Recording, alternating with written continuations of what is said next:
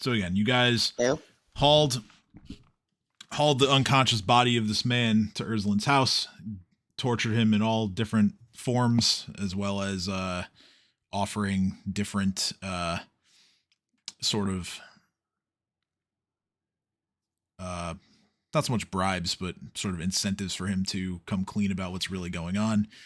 Like I said, Edge casting Zone of Truth, Cat explaining what she did in her days at sea, Chomper crushing his leg, Ursula trying to rip out some toenails, all that fun stuff. It was actually Jareem who, after deciding to, he was bored and he would just take a walk and go to the store to buy some potions and some other illicit materials. He decided to try and figure out if this guy was under any kind of magic, as well as take a real good look at him for anything else that seemed to be off.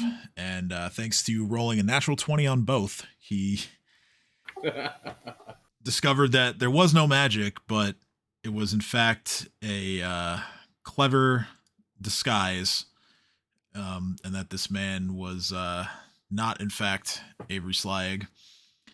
At this realization, it was decided that you guys were going to sort of wash your hands of the whole thing, leave him with Auric, who was assisting in the interrogation, basically just leaving him to do whatever he felt he wanted to do to this guy.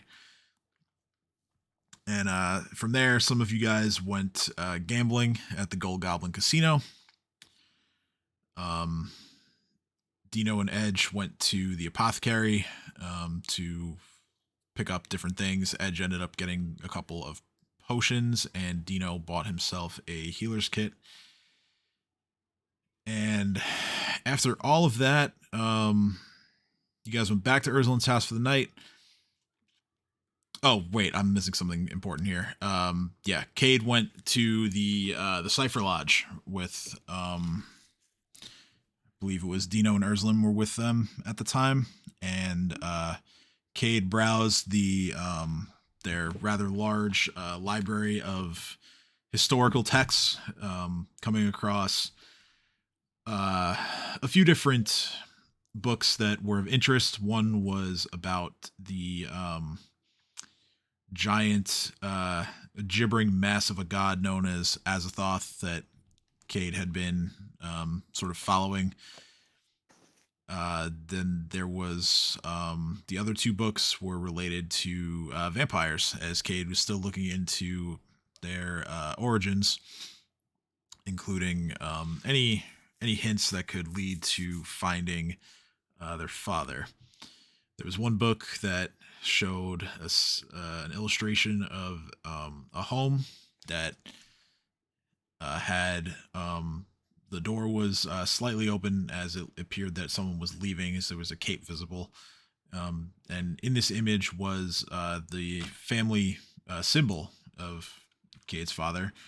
And after paying a few hundred gold, a kindly old wizard named Liam decided that he would assist Cade by casting a fabricate spell to essentially duplicate the image on a fresh piece of parchment, which Cade was then able to take with them.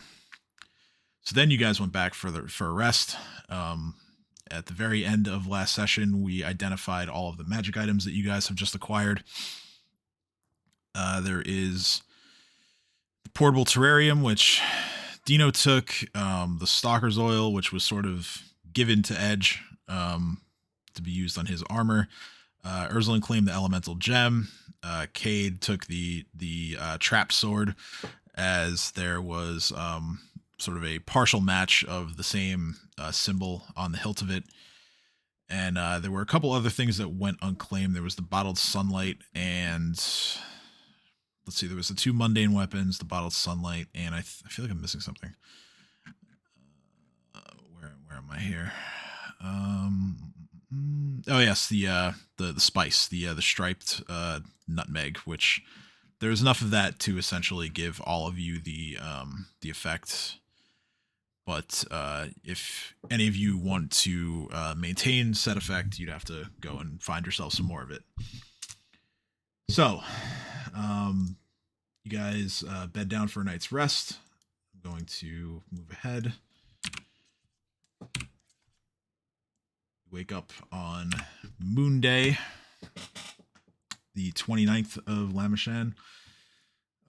In Riddleport, still in Ursula's family home. And Oric is not there when you guys wake up. He got an early start.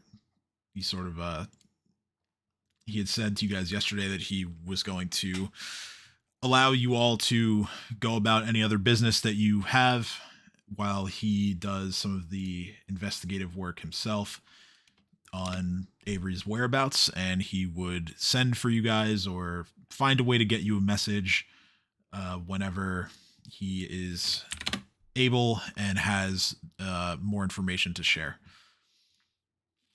So with that, what do you guys want to do?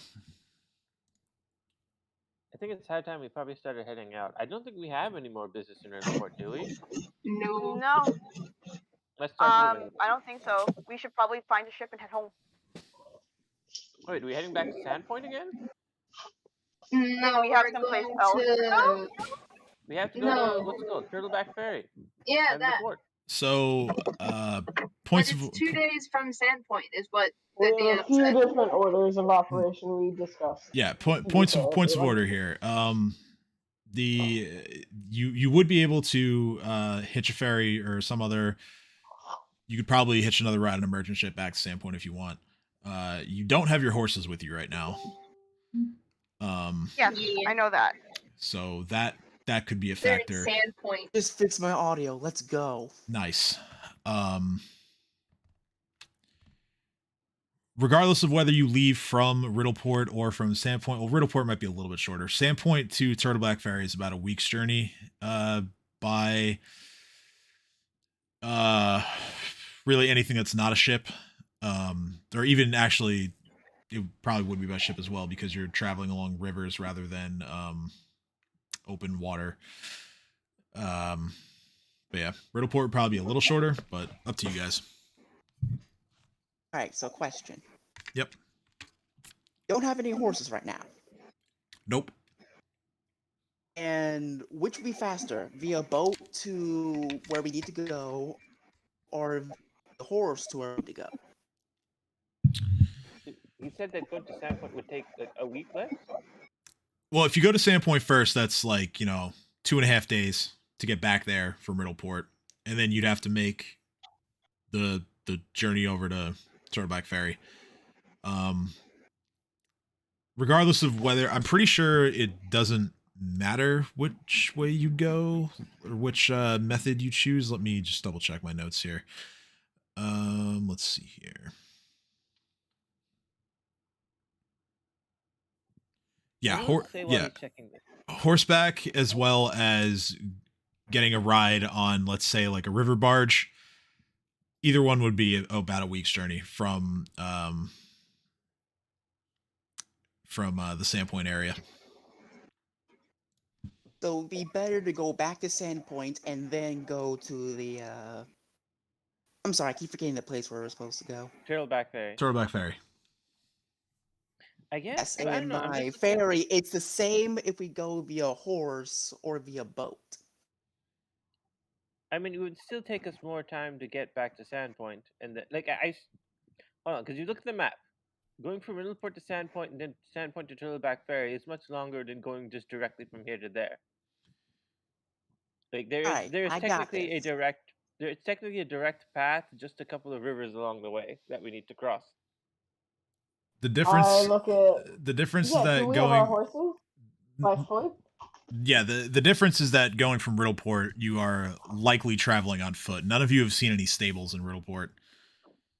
Doesn't matter. I have wild shape. You can't carry all of us. Yeah, but you can't take all of us. Yeah, okay, yes, that's you covered. now for the rest of the party. Oh, hold it. Like, look, I think it makes more sense for us to go back to Sandpoint to grab the stuff that we left there, including our horses, and then head to Turtle Bay. What do you leave But back? I have this. I have things to do, damn it! Oh, I I left understand. I things! have ant hall, I and I can understand. transform into a huge Kate, creature, and that'll just carry us just all laugh, straight to you know, the ferry. It's okay. It's okay. We're going back to Sandpoint. All right, it's settled, everyone. And I just look at Kate, Cat, and just go, "I got you." Oh, okay. I really just want my horse. I am not going to be doing this journey on foot. The horse. Can Ed That's look what around you're going for back a to stable Sandpoint and for. actively? The horse. Kate's smirking at you at this point in time.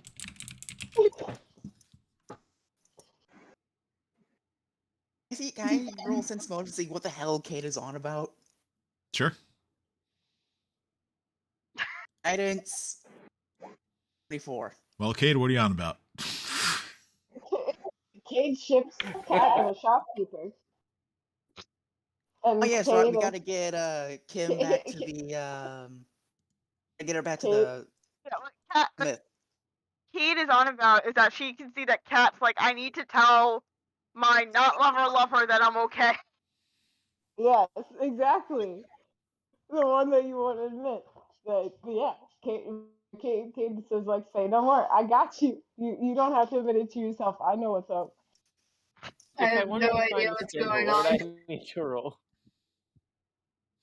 So, pretty much, there's a shopkeeper in Sandpoint that Cat has been flirting with and pretty much, like, repeatedly building up for, like, a relationship with, but is in denial that they actually care about, but always finds reason to go to her shop for some reason or another. And the fact that she's not showing up at all after saying, I'm leaving for this dangerous thing, but I'll be back. They're trying to go and make the hint of, we're okay and I need to check in with this person, but without admitting these facts. And Kate's pointing the finger at Cat while saying all this stuff to everyone else. So I'm covering their ass and saying, let's go. And then I realize, I'm like, well, I was covering their ass. Now I just kind of blew up her spot. Wait, but yeah, like, what the hell are you talking about? Kate is forming a relationship with a shopkeeper, or is Cat, me. The thing that you've been making fun of my character for the entire. I forgot. It's been so long. You do realize that if the people over at the place you're supposed to go to is dead, it's your guys' fault. No. Okay, I just want to say that at least we're keeping with continuity, damn it. Wait, hold on. So I am gonna ask out of character. Okay, so I'm sorry. I'm gonna ask you again. Mm-hmm. So right now we'd have to go to Turtleback by foot. How long would it take from Riddleport? On foot. Riddleport on foot. You're looking at least like a week and a half. Why don't we just take? And if we go back to Sandpoint and take a ferry, how long would it take? 3 hours. Can you not just? No, Sandpoint to the Turtleback Ferry by river barge, like 6 to 7 days. No. How long would it take us to go from Riddleport back to Sandpoint? Oh, that's like ferry. That's like 2.5. That's okay, 2.5. And then when we get our horses in Sandpoint, how long would it take from Sandpoint to Turtleback? That's also roughly a week. Like a river barge and horseback is about the same in this case. Okay. Because the rivers are pretty like windy going from Sandpoint over there. And there's no bridges. What is this place? I've been trying to tell you, I have a spell that allows me to triple my carrying capacity, and that plus a huge creature, I can just carry us all straight there. I know. That's what Kate says and looking at you. I'm like, I need to see it. I tell that shopkeep that she likes. So I can yes, we know that that Cat is in love. We need to get her back to her girlfriend. But Kate, if there are people over at the ferry who are dying, it will be all your fault. For the record, Cat is ignoring all of you and reading a map. Of course you are. Dino and goes, do you realize how many people have died and it's been all my fault already? I am. It's not a threat. So Cat's like, okay. So Turtleback Ferry is all the way to the east. Now, and there's several rivers that we'd have to cross to get there directly from Riddleport. So, I mean, looking at this, it would make like more sense to take passage from Riddleport down to Magnamar than catch a river barge from Magnamar to Turtleback Ferry. Because that's going to be the most direct route. All right, here I solved their problem. Unless there's, I'm assuming that there are bridges I can't see, but I don't know where they would be. Here, you ready? Here, Yeah, here. most of the river crossings have bridges. There are there's one for each of the crossings that you'd actually like this first one in between That's a very There. Nybor and Wardle by the Ember Lake. There's a crossing there. Through the there's another crossing over the Skull River, and then you would be Did I get it right? a straight shot north. Did you get what? Did you get right? what Yeah, because like I'm looking And at the the most direct route Pathfinder would be Roderick's Cove, Ravenmore. More or less. I mean, I and- kind of fucked up on the blue line. Ravenmore, kind of avoid Hook Mountain and then go to Turtleback Ferry. I would say the blue line is not as direct as it would be, but yeah, you're more or less right. You're definitely pretty much right on the red line. I don't see a blue line. I see a red line that indicates like the Here. No, the blue in line's the on in the like- Discord, it- in the Discord. Oh, the It's one in the that, Discord. There, I fixed it. Like, hold on. Like that. Sorry, I was looking at the map on our thing. yeah, that's closer to what it would be. Yeah. Okay. I don't know. I didn't really notice the mountain part. I was just going along the coast, sort of that.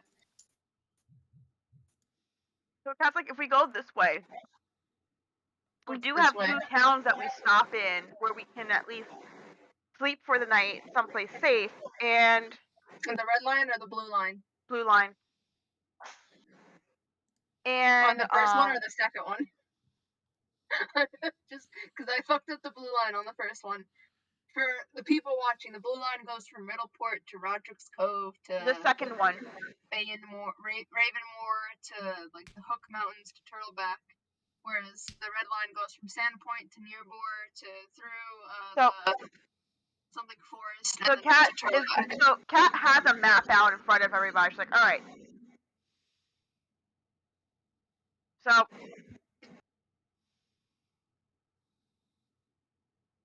it's a matter of priority. If we want to do it on foot, horses.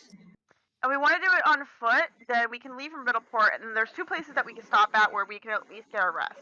If we want to go get our horses, that way we don't have to exercise as much energy, we can do that. However, there's fewer. Well, there's fewer stops along the way unless we go north, stop at Simple Rose, and rest there before heading to Turtleback Ferry.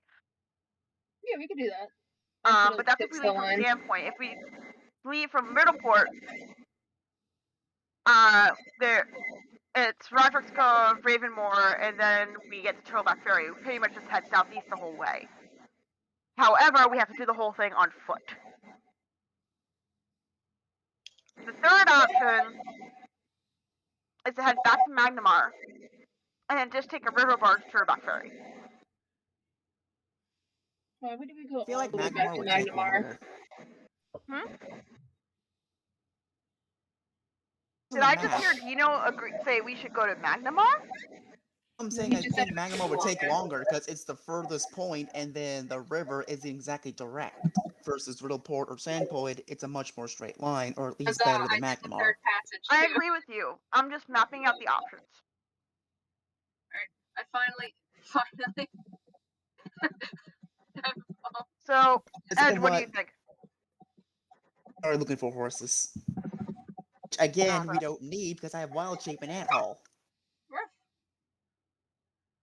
I can fly. Yeah, shut up. So can I. Barely. Virally. Kat is just rolling her eyes and like, look, we need to figure out a path. I, for one, say we go from here to straight to Turtleback Ferry. It's faster. I agree with Dino. I mean, it would be the same amount of time with the horses from Sandpoint. Not really, because my fastest huge shape, wild shape, is about 50 feet, which is about as fast as a horse is. Okay, but how long can you be in your shape? I can stay in my shape with it for 8 hours, but I have 3 uses, so Right. you go for the Okay. But entire the day. thing is that So- the rest of us we can't do that. Why So not? even if you could carry all of us, you could only move maybe halfway for one day, but that's a full day of using your things, and do you get them back the next day? Get them back the next day.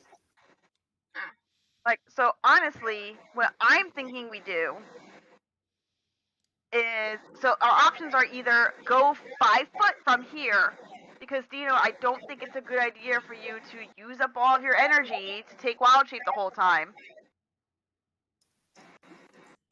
or to go back to Sandpoint and get horses. I vote for the horses because my horse has everything of mine.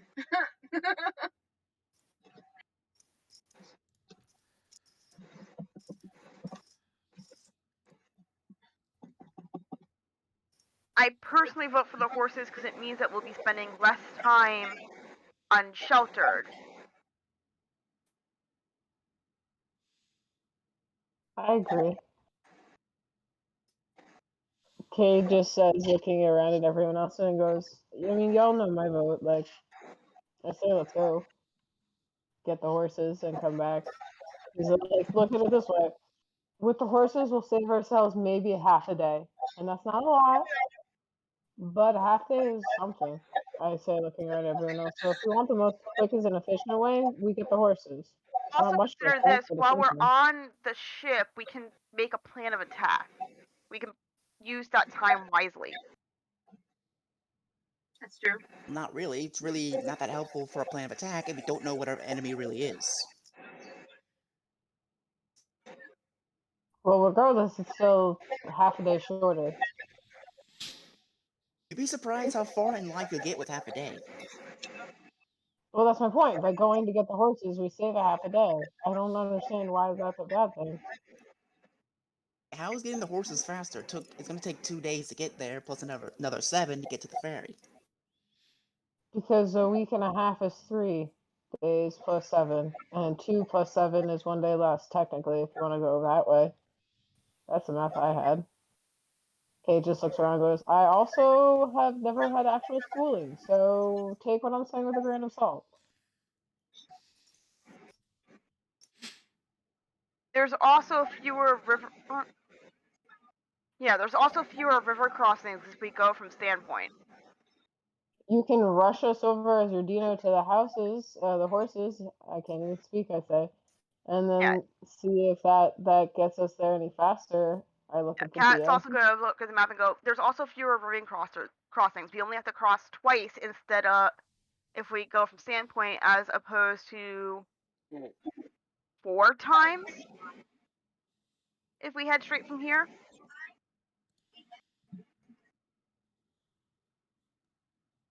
I don't see that much of a downside, but I mean, there are bridges, right? I'm not from Varesia, so I don't know. Yes, there are bridges. Yes. No, I know you. Cat saying in character to the rest of the group. Oh, I know. I know. Like, Yeah. And I'm responding, going, as far as I know, yeah, there's bridges. I mean, I've seen small ones, so I would assume that we can scale them upwards. Kate just kind of waves her meant hand. at our points of crossing. I know that you guys know what bridges are. No, and Kate's saying, yeah, no, I understand that, but I'm saying, like, if there's small bridges all around Sandpoint, my settlement is that small, I would assume that major crossings like this would have bridges too. I just kind of fell off clicking, going, so yes, bridges? Alright, I just y'all, we realized gotta make a that, decision. There's like Quetzalcoatlus has a 50-foot fly speed, so Alright. instead of just running there, we could fly there, therefore avoiding everything. And can you have to carry all of us. That's Kate just doable. goes, you know what, fuck it. If you can do that, I'm down. Take us, sir. Except Send Jareem. me. Jareem can fly.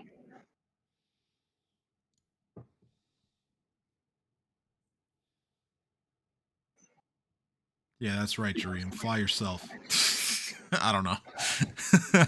All right. So, if the decision is to have Dino fly, now keep in mind carrying everyone includes Chomper. I'm huge size and have ant haul. It's fine. Okay. Okay. All right. Is it fine actually? Because huge, I think triples my carrying capacity, and then I triple it again with ant haul. So would it be enough? I don't know, would it? Well, let's see. Let's Don't make me do math. I just finished doing math. let's do some math. So Ah! targets carrying capacity triples, and let's see here, basics.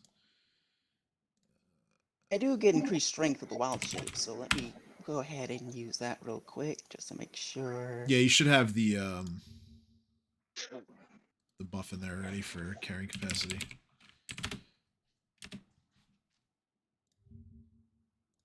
At 27 strength. Okay. Let's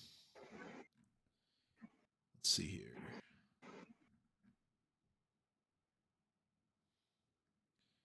Huge multiplies your carry capacity by 4, not 3. Damn. So yeah, it's a total of times 12. So if light load is correct, which is 346. yeah, it puts you at like 1,300, over 1,300 pounds, I think. Let me do the math. This is why we have calculators. 346 times 4. Yeah, you're at 1,384 pounds for a light load. I would imagine that you and your friends, or your friends and all their stuff, does not weigh that much total. But I could be wrong. Let's see. Dream's flying himself. Edge is a big dude, but Ursula and Cat are pretty small. Kate's not that big. I would say, I mean, well, then Chomper.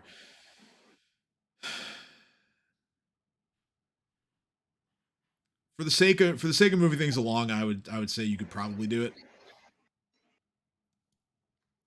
Right, and all that's within a light load, so I don't slow down. So it's a full 50-foot movement speed, and I can just go from point A to point B regardless of not options, obstacles. Yeah. So let's see here. That it's a little bit closer from. Okay, cool. So then, yeah, you should be able to pull that off. As you guys are getting yourselves making your final preparations, rather, you go to exit, and you exit the house, and you see a familiar face as you exit. It's not Oric, but instead the elven ranger who assisted you in Thistletop, Shalelu, is there, and she sees you guys and immediately sort of waves you down, and comes over. She says, what are you guys doing here?" We were helping Ursula reclaim her rightful inheritance. And beat up people. You're close, but no cigar. Kat said that very sarcastically. She knows that that's not what happened. Oh, okay. Well, I still say you're close, no cigar, because I didn't know that was sarcasm. She goes, "Oh, is that right? Well, sorry, out of character, I'm eating pudding while I say this." Hell yeah. Correction, in character, she's eating pudding while saying that. Correction, Shalelu's eating pudding. No. She pudding for everyone. She Why you gonna steal my blanket like that, you blanket hoe? says, cold, bitch. She just says, "Well, that sounds exciting. I mean, I see you got all your stuff together, so you're heading out. Where to next?" I don't even know anymore. No, I'm kidding. We're heading to Turtleback Ferry. Turtleback Ferry? Wait Interesting. There's a murder afoot. What he said. Really? What are you doing? Lay down, Molly, lay down. You wouldn't happen to be going towards the fort at all, would you? Probably.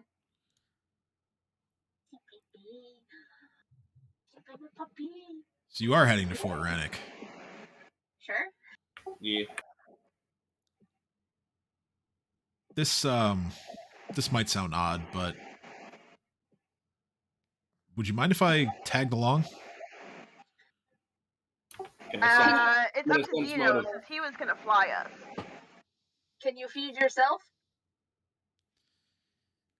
She sort of looks at you with a little bit of feigned disdain. Who, me? Yes. I was just asking if she has rations for herself. She says, I patrol the whole region. Of course I can feed myself. Oh.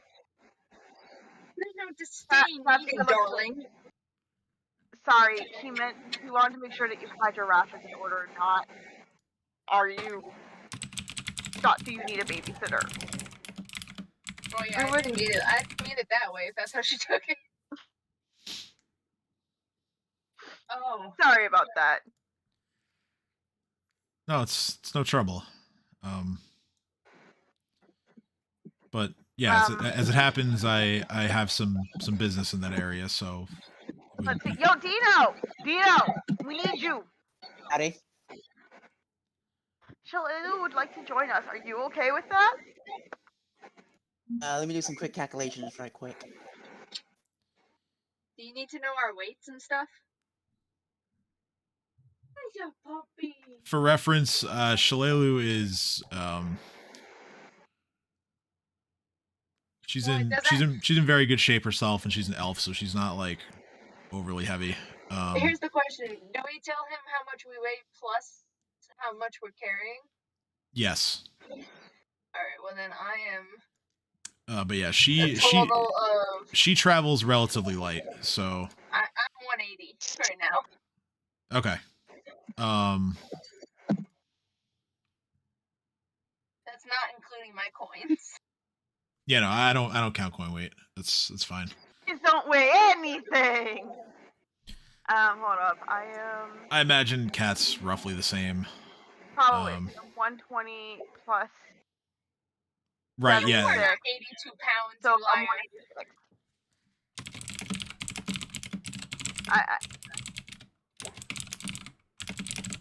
I gotta offload some shit.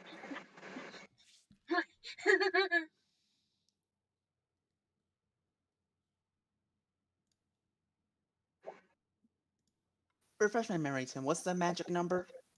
346 times 12? Yeah, it's whatever your light load is times 12. I think it was 1384 was the light load limit here. So Wait, Leah, are you saying I'm a skinny bitch? Actually, no. I put I 346 thought the 186 times was 12, and I more got 4,152 pounds. Oh wait, that's right. Yeah, because I only multiplied it by 4 the first time. So yeah, it's like 4,000. Yeah. So I don't foresee any issues here. So that's 366 plus 207 plus whatever Cade weighs plus whatever Chomper weighs. Yeah, you're still gonna be well. Chomper being fairly heavy, but there's no way he's over a couple thousand pounds. No, he's not. You'll still be well within a light load.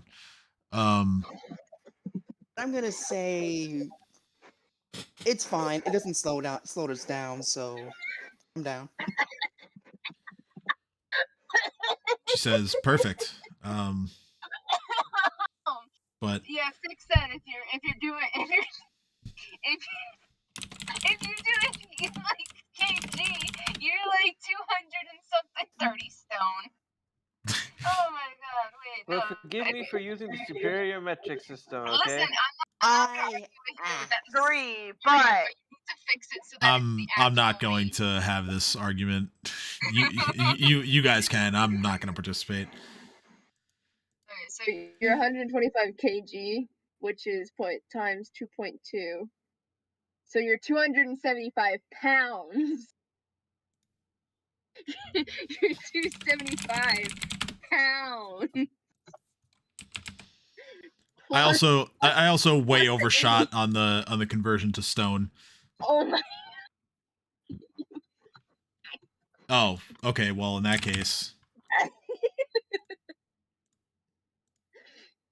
I mean, yeah, that's You do actually. realize I'm all wearing heavy muscle, by the armor, way. right?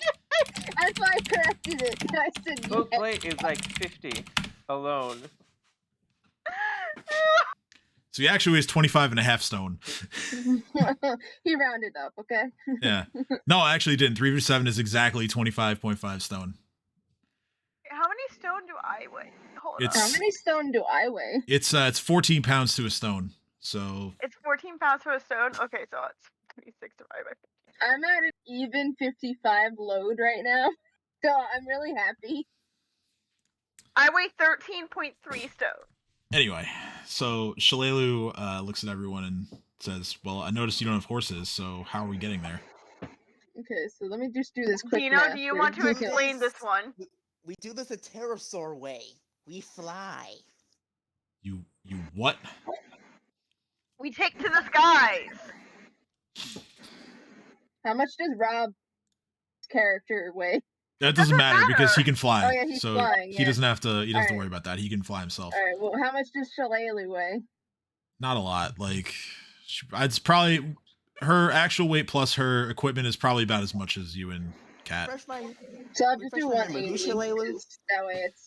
She was the elven ranger who joined you guys for the siege in Thistletop. Oh, hell yeah. You ready for this? Yeah, I'm ready. Okay. A whopping 903 pounds. Yeah, plus That's Chomper's not weight, including it. but Oh, still, plus Chomper. Not I including didn't anything that was include in our Chomper. bag. How much does Chomper weigh? I don't know. But the point is that he It's he heavy. is still far Under below 4,000 4,000 pounds. Which I would know, but it's still a lot. Okay, so the answer is he could take Shalelu, he could take us. So it's like, alright, I think we have everything in order. We should get out of city limits before you take to the skies, because we don't want to knock into any buildings. Let's Right. go here. So Shalelu says, "Yeah, I'd rather not leave any destruction in my wake today."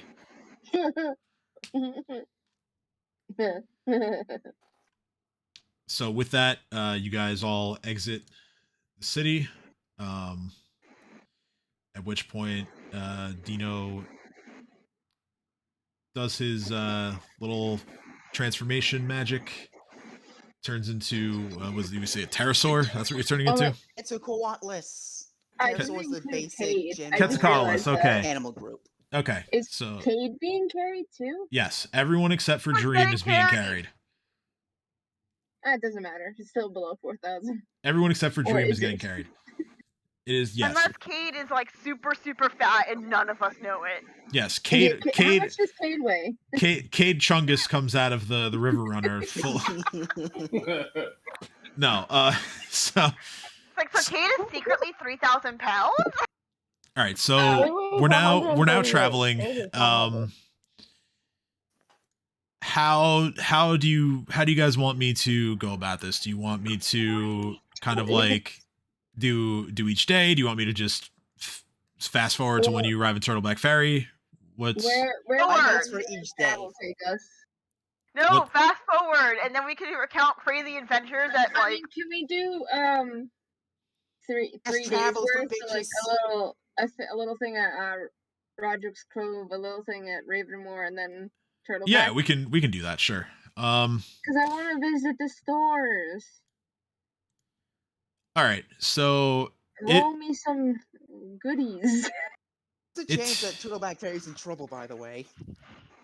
That's fine. It's not like we could get there in one day, anyways, even with you flying. So it'll take roughly a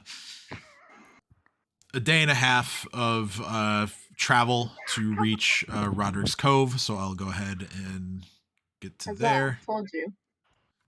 Even with you flying, it's gonna take like 3 days to get there. Perhaps, but still. I do have something about Roderick's Cove here. 4 o'clock. Hi. Okay, Oh, you're Roderick's so Cove. warm. I hear a whisperings to the puppies. Panther is feeling very clingy, and he's very, very warm. All right. I'm sorry. Oh my god, Roger! I just read this. Would out of character,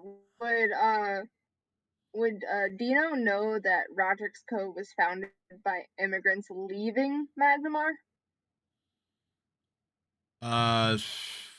He might. It was about 80 years ago. I don't know how old he is. Well, he's certainly not 80. Okay. They taught me that in Magnamar school. I would straight up ignore it. Yeah, I also Daft Punk. Nobody Daft Punked. No, he Daft One Punked more for me. time. Oh. That's why I said that. I heard night, and then what I think was school, and then it was just bit bop bop. Oh yeah, he said that he would have just ignored it. Oh, okay. 9-year-old Dino ain't paying attention in school. Crazy. I have to just throw a map. Oh, there's in even here. a map. Yep. I'm actually gonna be throwing a map in here momentarily. Yeah. I totally believe that baby Dino paid attention in school so that he could learn how to best defeat his enemies. You gotta be a strategist. You gotta be a strategist. History is useless. What the fuck is your name so I can show you this map that they had? Oh, everywhere. Okay, and all right. Everyone arrives in Roderick's Cove.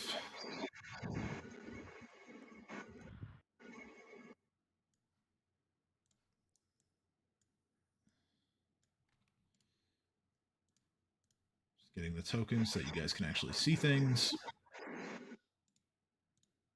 It's the same one. Although Oh, this yeah. one is numbered properly. So it is the evening when you arrive in Roderick's Cove. Most of the buildings that you see here are made from timber. Others that appear to be a bit older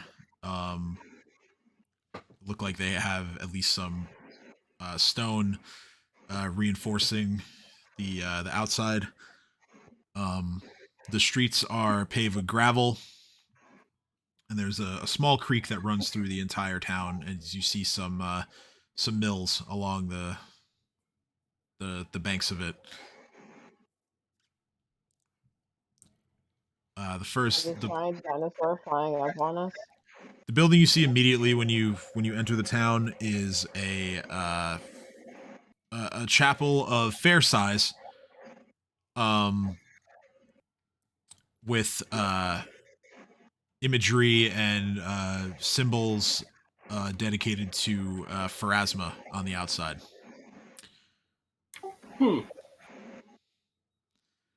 There is a fairly tall iron fence that goes extends from the it's not directly in front of the doors of the chapel or any of the walls that you can see, but from where the building ends, the fence goes all the way around, as there's a graveyard behind the chapel.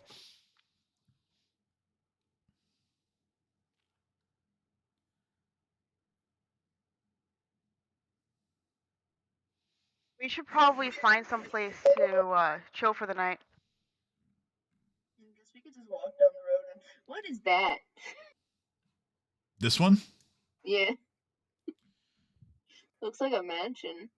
Yes, it is. It is a large manor that is also surrounded by an iron fence. And yes, it does. It does look like a pretty extravagant mansion. Shalelu says that the place that she always stays at when she comes through here is down here, number 8. She looks at you guys and says, "Well, if you want somewhere to get a bite to eat and a bed to sleep in, I suggest we head on over to the creek side." That sounds good to me because I have no idea what anything is around here. So So y'all head that way. Upon entering, you see 2 humans behind the bar, a man and a woman. They're just conversing with one another.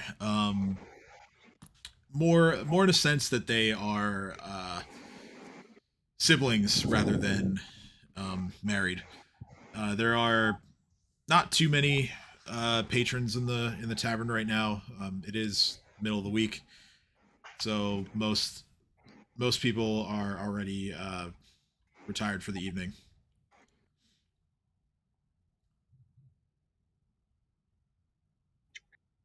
This place looks Having awesome. one bed to sleep in for the night, and doesn't appear to be too picky.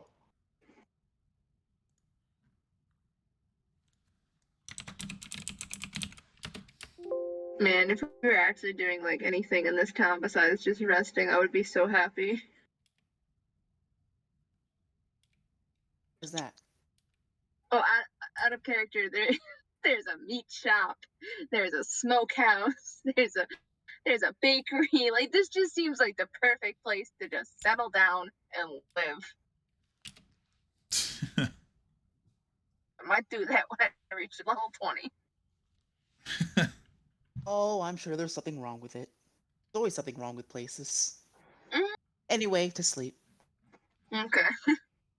So simply asking for a room for the night, they only charge you a couple silver a piece. I guess like 3. Yeah, 5. yeah, like 3. Cool. That's so cheap. Alright, I subtracted mine. Same. So, you guys wake up the next morning. It is wheel day, and it is the 31st, which means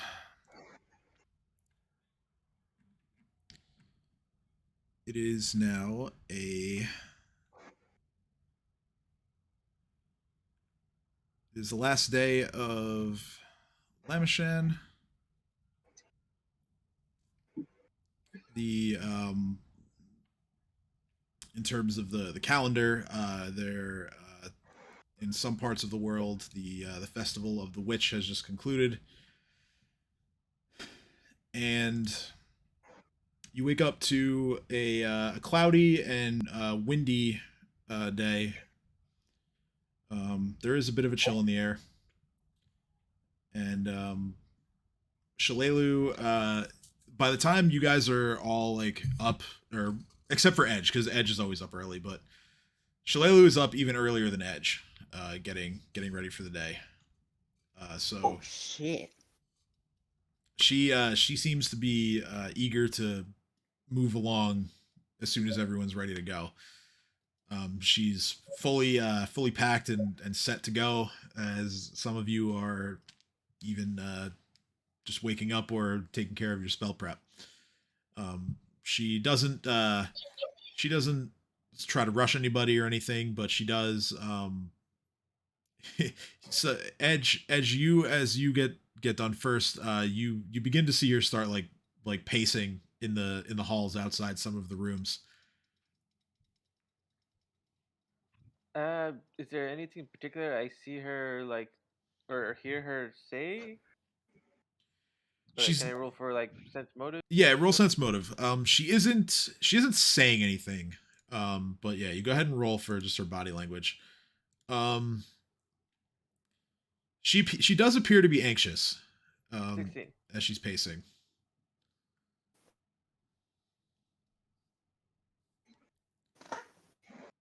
She's trying not to let on, because after, it doesn't take long for her to see that you're also ready to go. So she's trying not to kind of give away what she's holding inside, but you can tell that something is bothering her.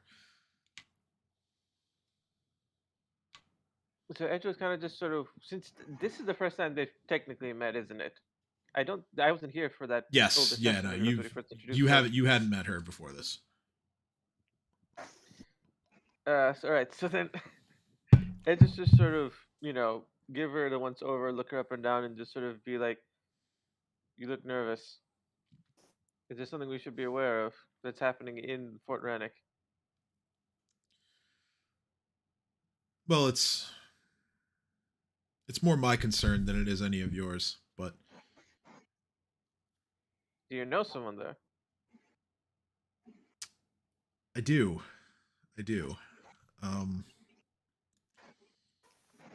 Many years ago, there was a man who my mother was quite fond of.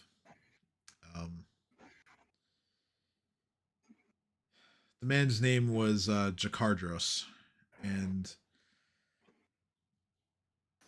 when I was young, all of my memories of him was that he just had a great vigor for life. He was young and exuberant and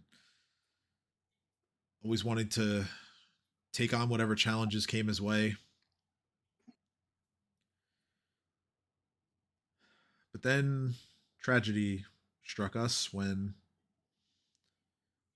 my mother was killed in a siege led by a dragon. And in those moments when I really needed him, he left, and he didn't explain why he left. I had heard recently that Chikardros, that he had kind of fallen in with the Black Arrows that hold Fort Rannoch, and I'm just looking to see if he's there, if he's alive. I just want to know why he left. Are you suggesting that we'd have to fight him there if he is indeed involved with the Black Arrows?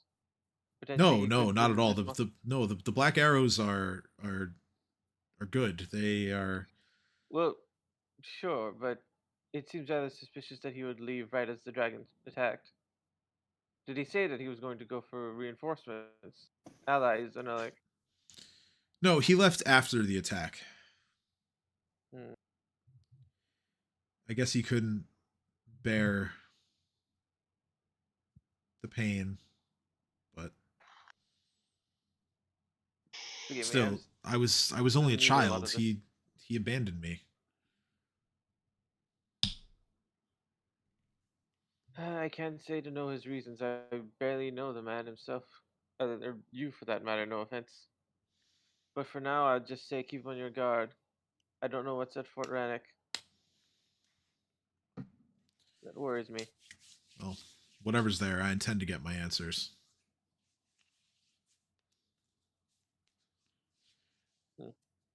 Edge moves on with this. Yeah, and little by little, as the minutes pass, the rest of the group sort of like trickles in, being ready to leave.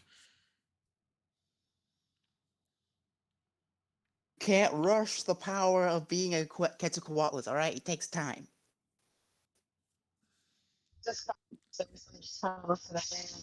Shalelu just chuckles a little bit and shakes her head. She just says, "Let's get going."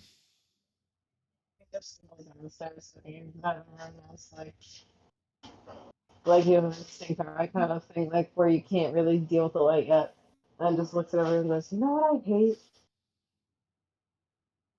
Mornings.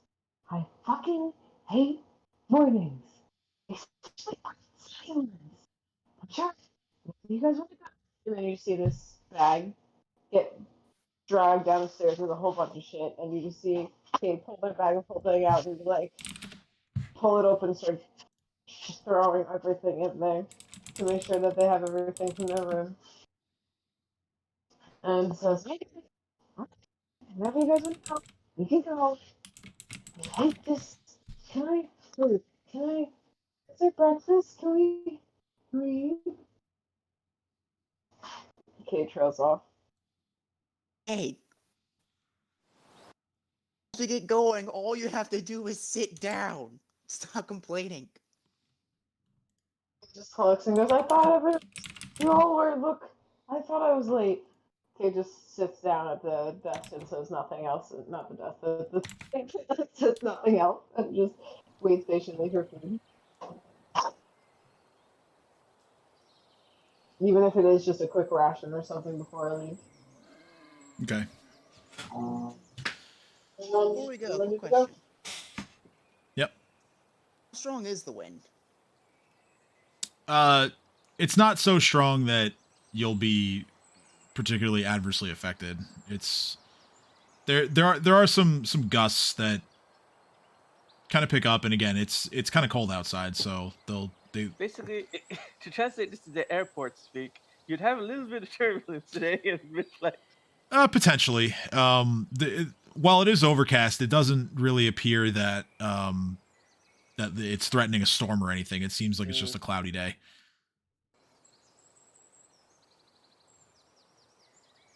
Concerning, but I think we will manage. Keep it Okay. going. All right, so you guys begin traveling again. Is Ravenmore the next stop?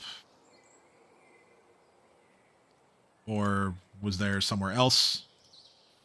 Because I know it was mentioned that you guys wanted to stop at each of the towns. I mean, I'd say so. Okay. So I'm Raven. looking for more information about my family and the crest, and see if I see that crest anywhere else, or hear any more mentionings or whisperings of this stuff in every town that we stop at, like without being too overt about it. And other than that, just looking for maybe grabbing like little potions or stuff I can use to heal us up on your travels. So Okay. just slowly stockpile. All right. So let's say we do any shopping here then. So what did you want to pick up again? Potions? Potions or foods or anything that would help with health that are cheap. That I can help with healing and stuff. Is there anything that would give you spell stuff? I said, yeah. All right. So let's see here. That's a different question. That's actually a question. Go through my list of Can I replace one of my spells real quick? yeah, like I said, if you're doing your spell prep, yeah, you go ahead and change out a spell if you want. All I'm gonna replace right now is one of my level 1 spells for Goodberry. Okay, cool.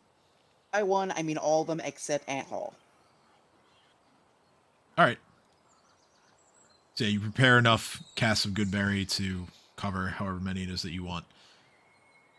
All right, so nearby is Conrail's General Store, number 14 down here, just a little bit south of the inn. Those of you who want to pick up rations or other provisions, you can do so here. Yeah. Got to remind myself of the prices for rations. Let's see. The rations are... Here we go.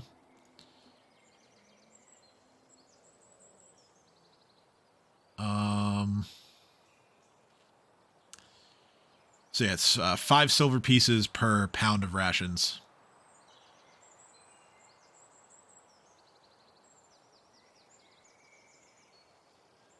He has rations and what? The birds went really loud as you For said. every pound of rations, it's 5 silver pieces.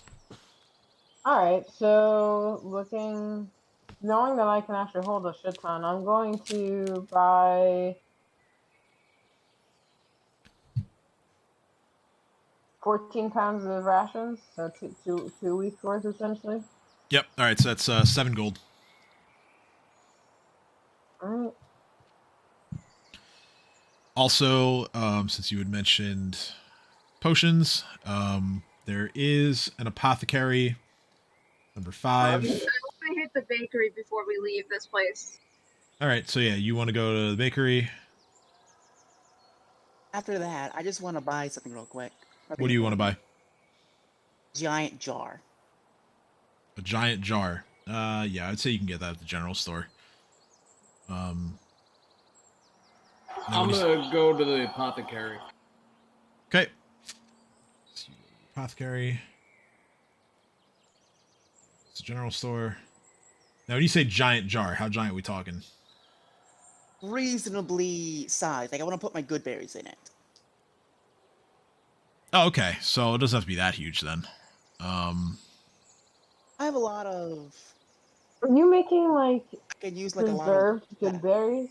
Preserved good berries, so a good amount. Yes! Kate just says, jumping up and down, and goes, I don't know about everyone else. Good berry. Can we make good berry wine? Can we make good berry food? Yeah, I don't want like a comically large jar, but something reasonably big to where I can carry a whole bunch of good berries in it.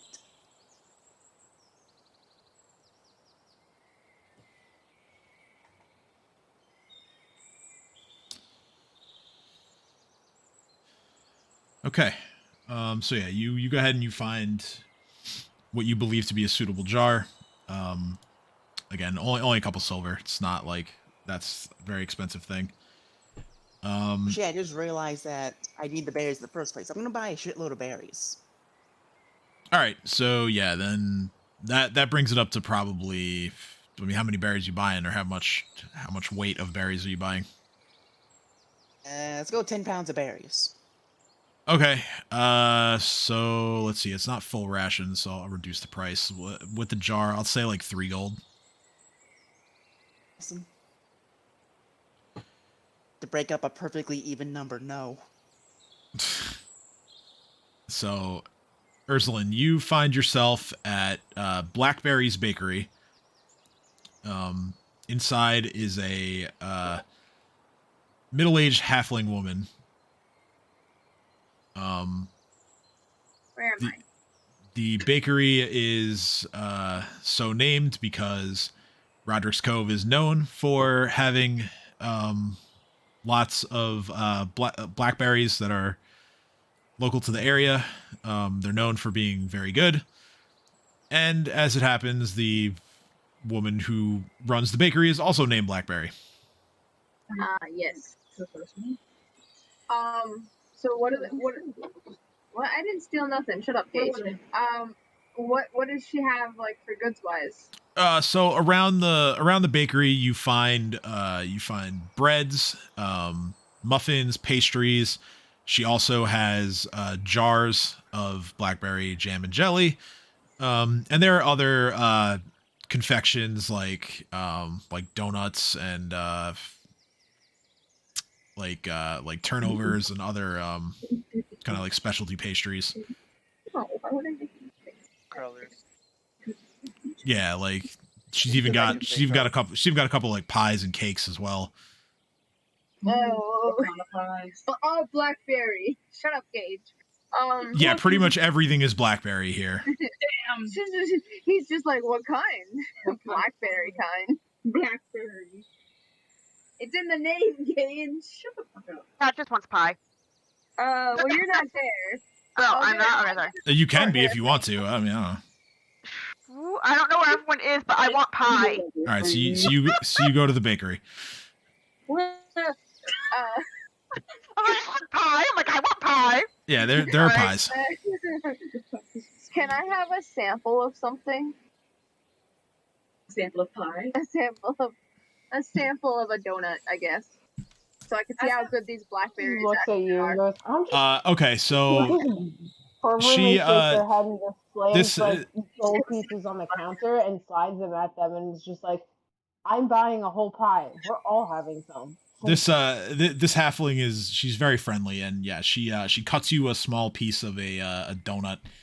The donut is filled like filled to the But- brim with like blackberry jam. Like it's almost like a little bit of a mess as she hands it to you. Like they're like overfilled, these donuts. Oh, glorious. And she happily hands it to you and says, "I hope you enjoy." All right. Describe the taste, please, sir. It is delicious. Like Oh. That's Yay. not a second.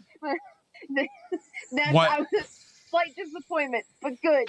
what did you want it to be bad or something? Like No, I I wanted a description besides delicious. well, no, I'll get into that. You know, it hits. You know, He's building up to it. He's reaching a climax. You gotta give it time. Yeah, it Okay, hits. I'm sorry. It hits many of the flavor notes that you want in a dessert. You know, you have the jam inside. It has a little bit of like, you know, a little bit of like a tart bite to it. There's powdered sugar on the top of the donut to kind of counterbalance and give it some extra sweetness. The dough is really fresh, like it was like just made this morning. It's a very satisfying donut. I want several. Take a whole dozen. He's literally just throwing gold on the counter right now, just being like, thunk, thunk, thunk. You're at the like, apothecary down. though. I thought we were moving as a group. Please give me a second. See, that's what I thought too. I thought we were moving. So I assumed you were went with to us. yeah, we went to the general store, and then we were doing, like, literally, we were whole moving as a group. That's How all are we did. this far in the campaign and you guys don't pick up on how I run town stuff yet?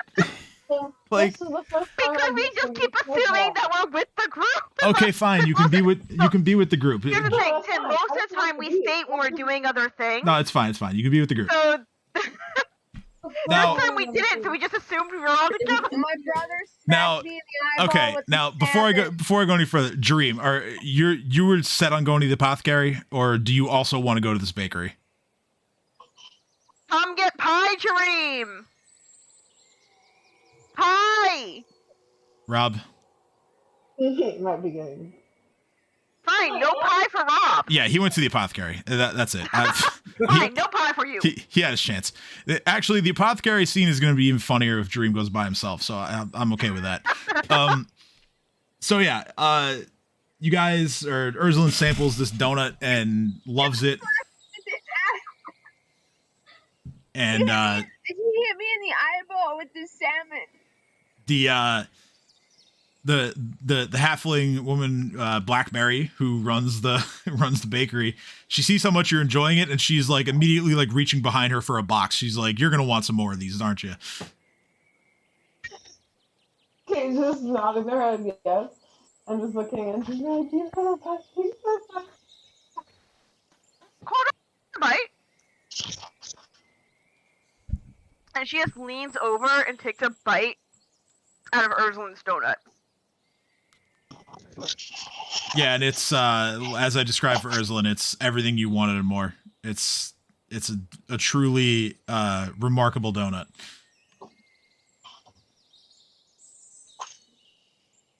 This is the best thing I've ever I had. want the jam, the donuts, and the brandy. Cat's gonna look at Cade and go, "Cade, you have to try this." And she takes Ursulin's hand with the donut in it and just Look at pushes my it towards eye. Cade. Kate's just gonna grab it and just eat the whole thing. Just like, oh, and just pretend no one saw it. Yeah, Yeah, Cade what's just glomps the whole donut. Just, you know. Devoured. And the halfling says, warms my little heart to see customers love my treats so much. And she reaches under the counter. Now this, I know you mentioned the brandy. The brandy is not on display. She reaches under the counter and grabs a bottle, and naturally the bottle itself is labeled, and the label is adorned all over the place with blackberries, indicating that there's more of those in the brandy, because why not? And she says, so I assume a bottle of this and a dozen donuts, or would you like more things? Two dozen. Two dozen. 2 dozen donuts. Wow. Told that they are still trying I to would see also through without joking. like Bye. Like, Ursula, do you realize we have to eat all these before they go stale, right? I'll eat them even when they're stale. Please stop Yes. touching. Kate finally follows and looks at Cat and goes, I don't think you realize these are not leaving this town. I hit her in the eye with a salmon Three fillet. times. Three Five. times in the eyeball. I don't know how you managed to hit my eyeball. Well, Why did I let you hit my eyeball 3 times? That's a good question. Why did room. you? Yeah. He just whipped me with the fish like I. Anyway, Anyway. Blackberry, she says, well, you certainly woke up with an appetite. You must be adventurers, right? Yes. I mean, Well, very good. Yes, we're travelers. We are. I don't get a lot of different food. She's like already done boxing up the 24 donuts, and like So happy and looking and be like, how much do I owe for all this? slides over the bottle of brandy. She says, all of this, well, the cost is mostly the 2 brandy. bottles. I want a bottle too. 2 bottles of brandy.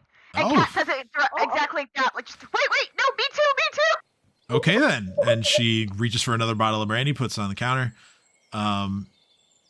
She says, not to toot my own horn, but the brandy is very well known around town as well as outside of it. I have a number of clients in surrounding towns, and even a couple of the taverns in Riddleport serve my brandy. So it's so nice to see someone coming straight to me for it. Have you had it before? No, but I heard brandy. And if it's anything like those donuts, I'm happy. Well, you'll be very happy then. All of this will cost you total 15 gold. Kate just Kat goes puts down. down 5 and says, Ursula, you got the rest of this right, Kate. Right. Kate just puts down the rest. Doesn't even let Ursula answer. I might have to go back there for that brandy. Well, speaking of you, yeah, we're gonna probably rant and rave about. we're gonna cut over to the apothecary real quick. Before you cut over, I'm sorry. Am I paying 10 gold for everything that I want, or am I paying 10 No, gold the grand total was 15. Kat put down 5, and Kay just threw the rest on the counter without even giving you a chance to pay for what you bought. So you're not paying anything apparently. Busy stuffing everything in my bag of holding. I got myself Yeah, one. you got shit for free. I got Careful, the one bag of holding might eat the one donuts. dozen donuts and a jar of jam for myself. Okay, so we'll add on like I don't know, just a few silver for the jam, and My eye is very swollen. that's not good. It's for Myers. You might die. So yeah, Dream at the apothecary, you right now.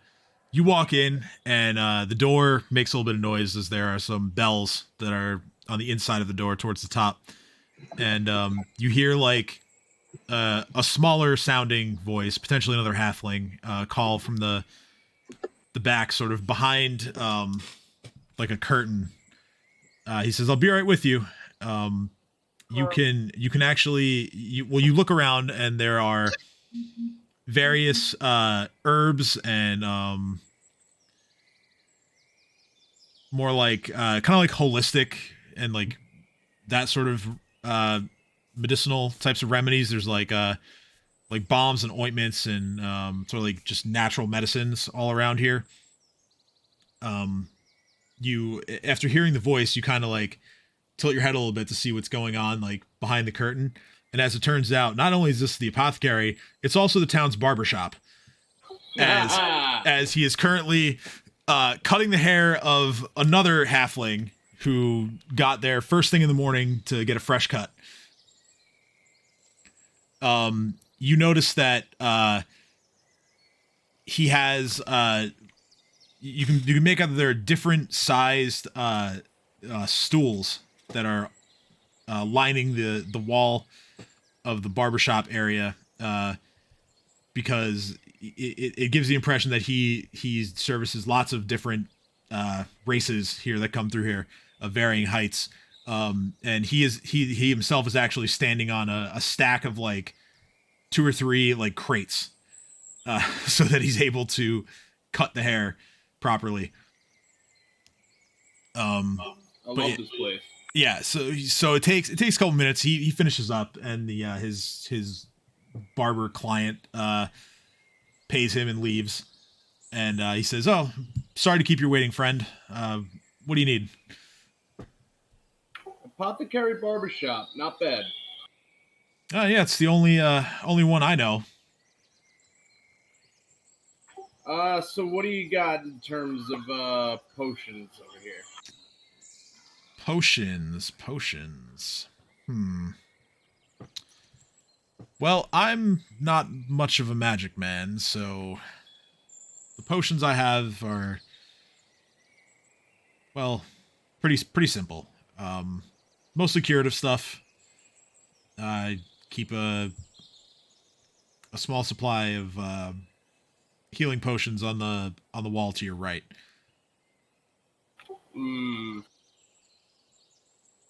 I'm looking for stuff that's a little bit more hard to find, if you get my drift. Oh, I can pay whatever you want, bud.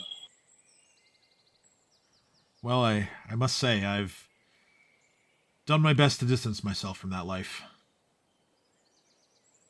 Though I certainly don't fault you for wanting it yourself. Whatever, you know. So I see a lot of herbs on the wall. Tell me, what do you have in stock? Let me pull up his stock that I have here.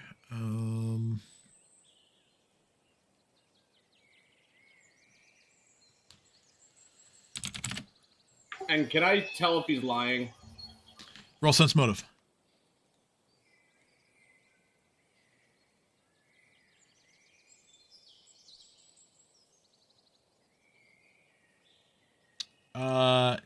He's not lying. He's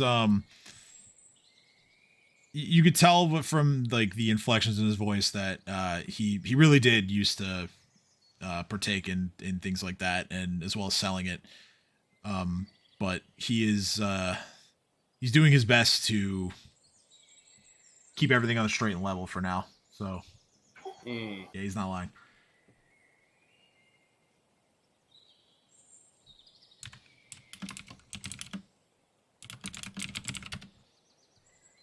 As far as what he actually has, let's see here.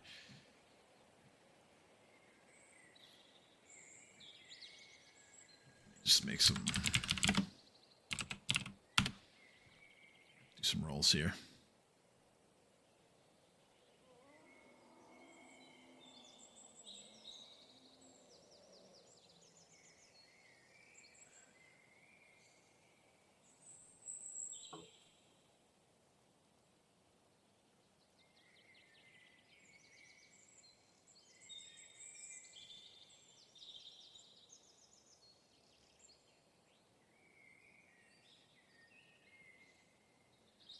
Probably would help if I actually counted the list before I rolled.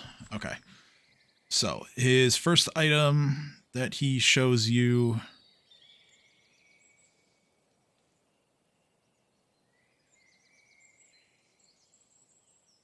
is it's a thin but sturdy looking vine. He says this is a popular choice for some of the adventurers that come through here. You can actually use this vine as if it were sort of a weapon. Adventurers like to use it to they sort of swing it at a target and use it to grapple.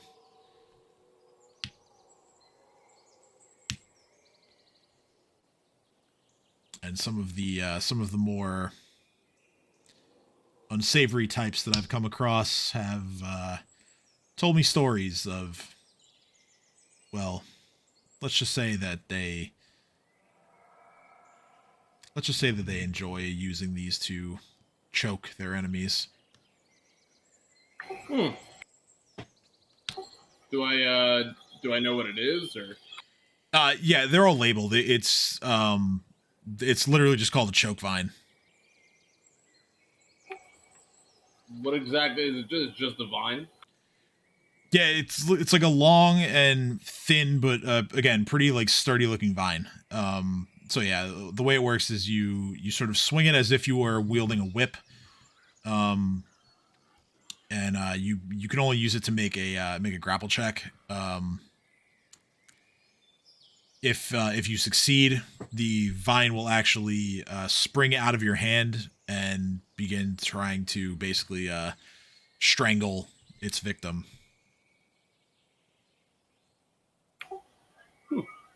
Maybe I will take that.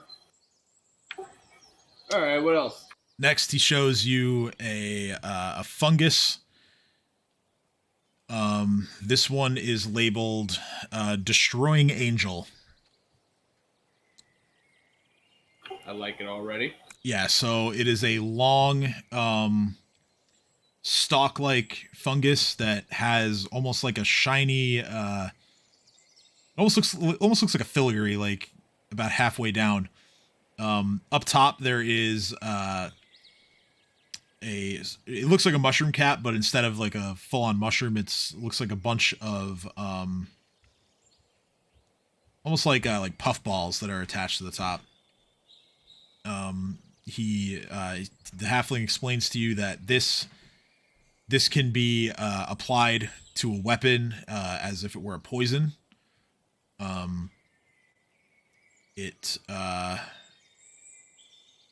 basically the way this works is you hit with your weapon, the target has to make a saving throw, and if they fail, they take constitution damage as the poison seeps into their system. Huh. That's awesome. Maybe put one of those on there too. Okay. Let's see. Next one is here. Okay.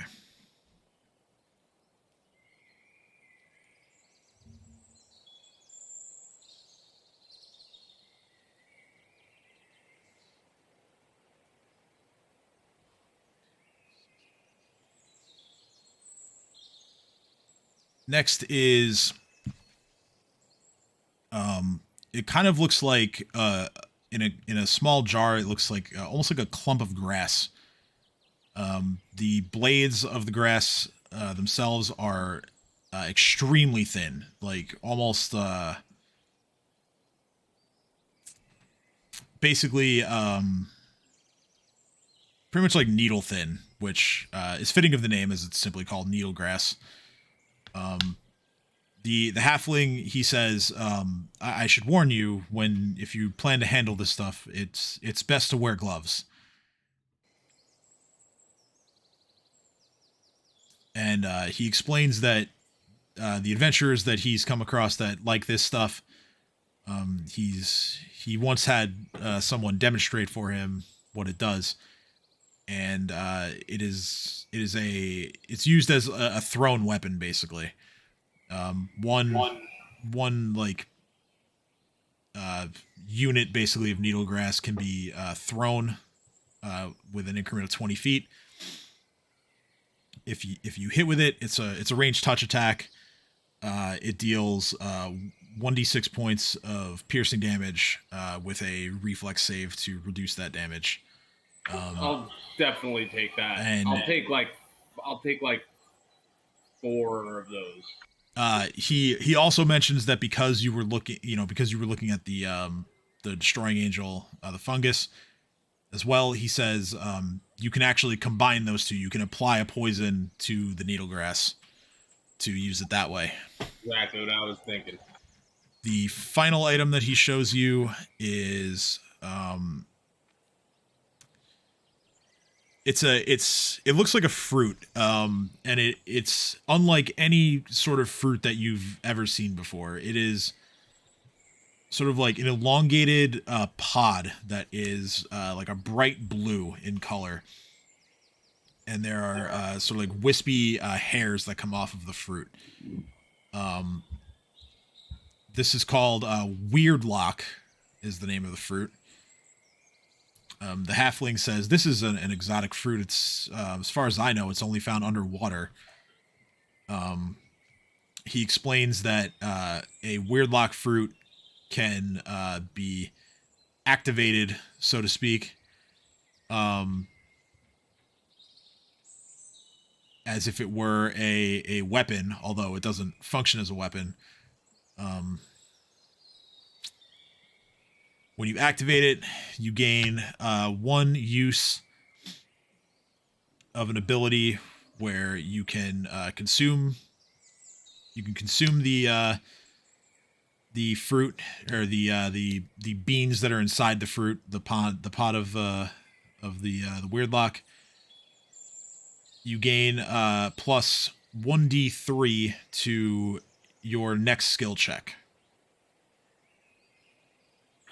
All right, I'll take like 5 of those. Okay. So he packages up a little bit of everything for you. So let's see. You wanted 5 weirdlock, 5 of the. Scroll back up.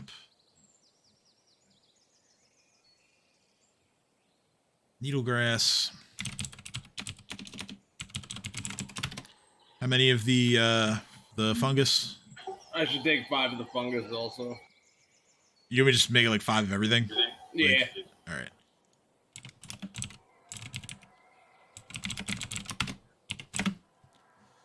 And 5 of the chokevine. All right, so the halfling packages all of it up for you.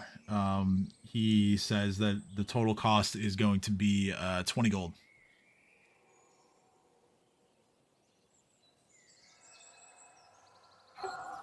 I'll toss him a platinum, and I'll say, wait, how much is a platinum worth again? 10 gold. 10 gold. I'll toss him like 4 platinum. Oh, all right. And I'll tell him, listen, I know you're trying to distance yourself from my world, but if you do come across anything, let me know. He has an expression of surprise, given how much you've tipped him, and he just gives you a nod. It doesn't even say anything in response. He seems like thrilled that he received this much money, and he just gives you a nod, and he says, well, I suppose I will then. And I guess I'll tell him where to reach me if he wants to. Okay. Write. So yeah, you go ahead and give him your information, or where you can be reached, and he folds up. He writes it down, or you write it down for him. Either way, he folds up the parchment and kind of just tucks it away. Pleasure doing business with you, sir. Safe travels. They just got safer.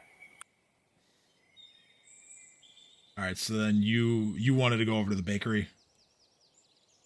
Yeah, I'm gonna get some of that wine. All right, so you go over to the bakery. Same halfling woman as before. Blackberry. You do run into the others there, as they are clearly enjoying themselves and their purchases already, giving you even more confidence that you're about to get something good. So you ask for the brandy. She goes ahead and gives you a bottle. Says the cost is 6 gold for 1 bottle of brandy. Gonna look over at Preem and go, save these, and hold up her brandy. Get the donuts. I'll get some donuts too. All right. So yeah, the dozen donuts that'll bring it up to 7 gold.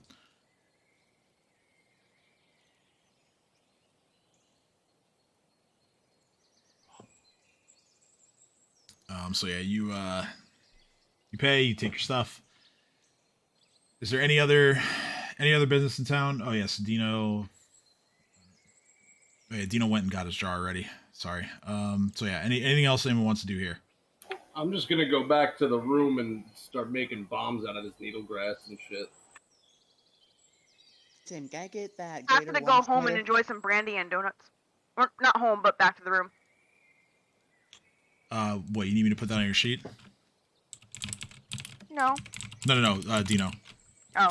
I have it on there. I just want to make sure that I can. Yeah, I mean, you can. It's 3rd level. Now I have 60-foot fly speed. So yeah, you can get to places a little bit faster. Speed is key. All right. So, with that, you guys get back into your respective positions to travel, and you fly off. It takes now it's a bit more of a distance from Roderick's Cove to Ravenmore, but given Dino's spell, it takes roughly the same amount of time to get there. You arrive on the evening of Oath Day, which is now the 1st of Neth. As you get to Ravenmore, the sun is setting, and Shalelu kind of gets everyone to not go barging right into the town straight away. She says, "Listen,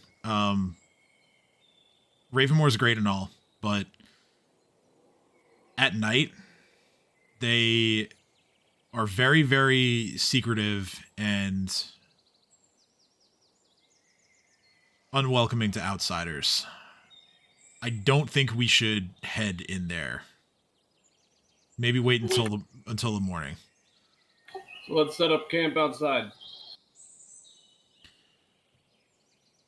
So, All right, I got this. I'm gonna transform into a Stegosaurus.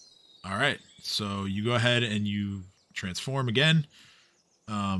You are Ravenmore is seated just on the other side of the Lampblack River.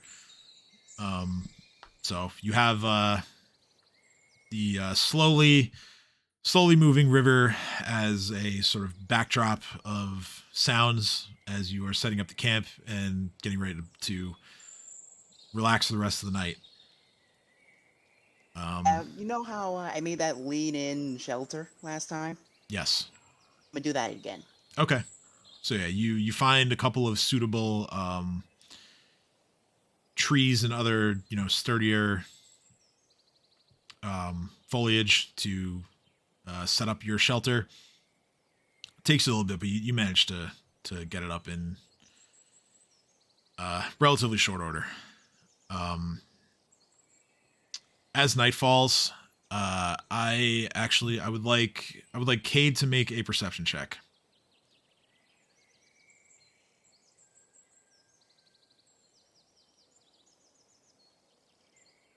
Okay. All right. So you're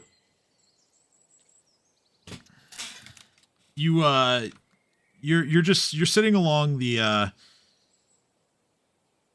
bank of the river, basically, as your camp is pretty much right next to it. You think you hear a little bit of whistling coming from a bit further upstream. This would be to your to your right. Like, it'll be a little bit to the northeast of you.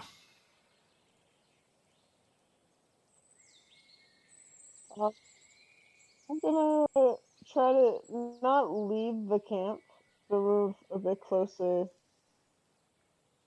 to where that sound's coming from to see if I can discern it better. Okay. So yeah, you move a little bit further upstream. Go ahead and roll me another perception check.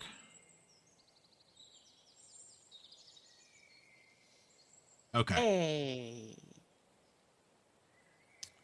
So the whistling stops. However,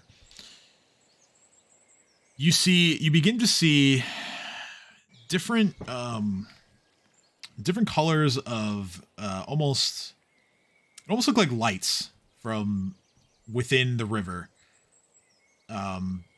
The colors are rapidly changing as they and the colors are actually moving down the river a little bit. They're still a bit further up from where you're sitting. But again, the colors are rapidly changing, and however, when they get closer to you, they begin to slow in their sort of morphing. And the colors and or this light that you're seeing sort of begins to take shape a little bit. You watch as the color changes to a like shiny, almost like a silver color, and the swirling light begins to form actually like letters and a word. You see the word gone appear before you, and then after a few seconds it dissipates, and it sort of all melds together again before changing colors once again, and a new word appears in front of you. This one says eternal. You sit and you take that in for a few seconds, and it again dissipates. The next thing that happens is it turns green, and the word will appears before you. Same as before, a few seconds, it dissipates, color changes again. This time it's red. You see the THE appear in front of you. Changes once more. This time it becomes purple. And you see he appear in front of you. And then finally, it changes again. It becomes blue this time. And the last word that appears before you Where's is... your toy? Go get your toy. Go get your toy. No, it is not go get your toy. I'm so sorry. I thought I was muted. Can you write that down for me? I'm sorry. Yeah, I'll write it all down. The final word that appears for you in blue is you. Okay, yeah, write it all down for me because I know what it is. I just wanna, I wanna see it. All right. Oh, I see it. Roy Jubin.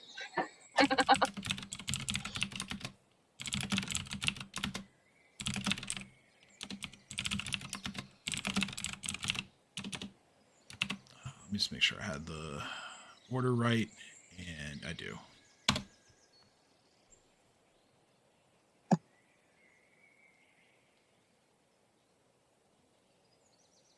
So those are the 6 words that appeared before you.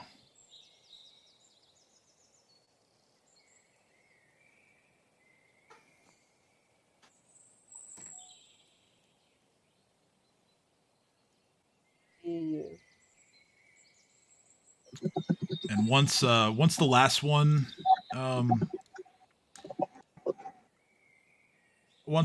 dissipates, the color fades from the river.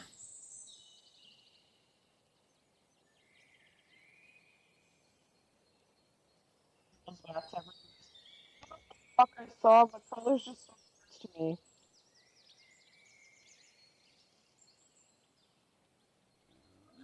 I'm trying to wake up everyone. Oh, this is before everyone goes to sleep. Oh, okay. So then I'm stumbling in and just looking at everyone and go, I don't know if I'm sleep deprived or what, but the river just turned colors and the colors turned into words. I'm sorry, what? What I said. The river turned into colors and the colors turned into words. I mean, I understood him. I understood what they said. To repeat, they said, just wanted to make sure that I wasn't sleep deprived or crazy. Gone, silver, Will green, the red, he purple, you blue. Those are the word. The word you was blue. The eternal was white. It's just red was the. It's just I don't. It doesn't even make a sentence. If we go in color order, Cage just looks at them arbitrarily and goes, silver, white, green, red, purple, blue. Okay, so then red, green, blue, purple, silver, white. Is that the order? this is color order. I'm putting it in alphabetical Eternal order. will he gone. He the Right, So let's eternal try will and he put it in gone. alphabetical order. Alphabetical order? Okay, fine. Eternal he the will you. Cage just looks at Not everyone the and goes, words themselves, the color that was associated with them. Like U would be first, because alright. blue starts with B. I'm Whereas racking my brain. color alphabetical would be this. You. So, are these symbols in association with anything I know? God damn. Sorry. Are these in colors like I'm like trying to see, is this something that's associated with the crest that I saw, is associated with the colors of a town or an area? Is this trying to figure out that stuff? Sorry, was purple he or B? He. No, I'm asking Tim for clarification. I just want to make sure it wasn't a typo. No. It's that's correct. It's Okay. what's written in the chat is correct. I'm pretty sure it's the first one. I don't know. I'm trying to think of like what to make you roll for this. Roll. Who's rolling? Cade. Just give me an intelligence check.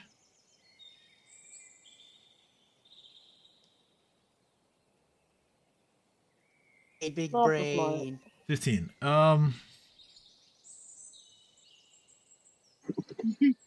You're really not sure where any of this is coming from. This Fucking privilege. this doesn't Rob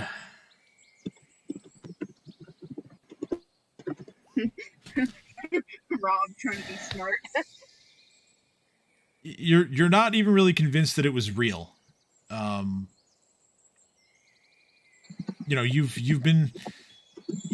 seen illusions before. You know how to create them yourself. But this one's really puzzling you. You're not certain that it's real or that it's not real, or what these words even mean, or what significance they have, if the colors have significance, if essentially there's many questions and little to no answers from this alone. Just writes this down in their journal and chalks it up to the list of what the fuck is going on in my life. I need to find out. That's like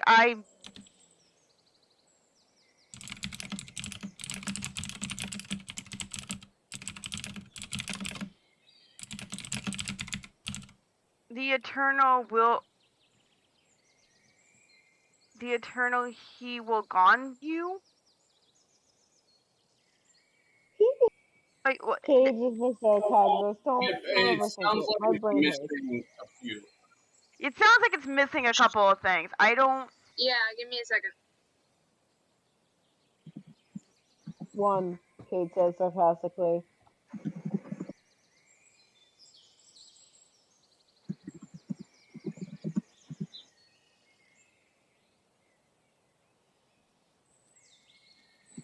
Tim. Yes.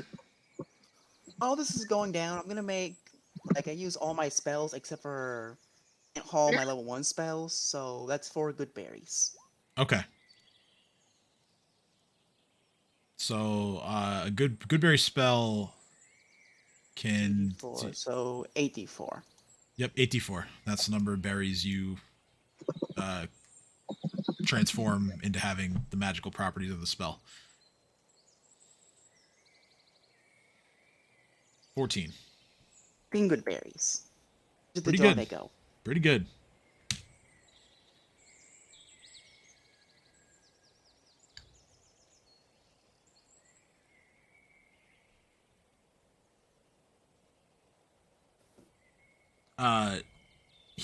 Overhearing what's going on, Shalelu just looks up and says, "Colored lights in the river. I don't know. That just seems far fetched."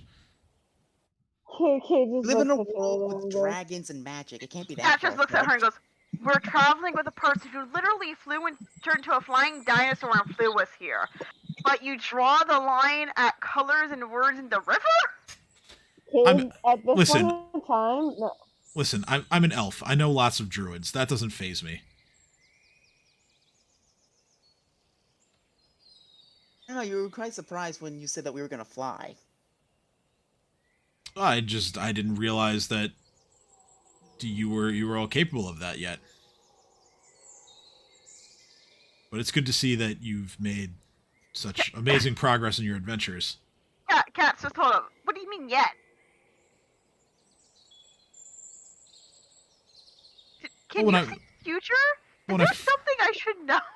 No, when I first met you, you guys were really you started out not that long ago, right? Question: can I roll intelligence to see if we're Sure. missing any words? Yeah, sure. Let me know. It's a 20. Yeah, I mean you definitely feel like that you don't have all the pieces. Sure. I'm gonna look at Kate and as I'm counting, coming up with different word possibilities. I was like, go look at the river again. Who's speaking? Shalelu, the elf that's with you guys, was speaking. So yeah, she just says, "Look, like I said, I sort of do my rounds of this region. You know, I'm constantly going around making sure that there's no huge crises that I have to solve. I've never seen anything like this in Ravenmore. I know that Ravenmore is a weird place because they don't take kindly to outsiders, but only at night. They're actually a very friendly group of people during the day, but I always know to make sure I get here during the day because otherwise I find myself doing this, camping out. But even then, I've never seen anything like that around here." Oh, we've seen many crazy things, so put that down on the list. I guess so. I mean, forgive me for being skeptical, but even for this place, it's strange.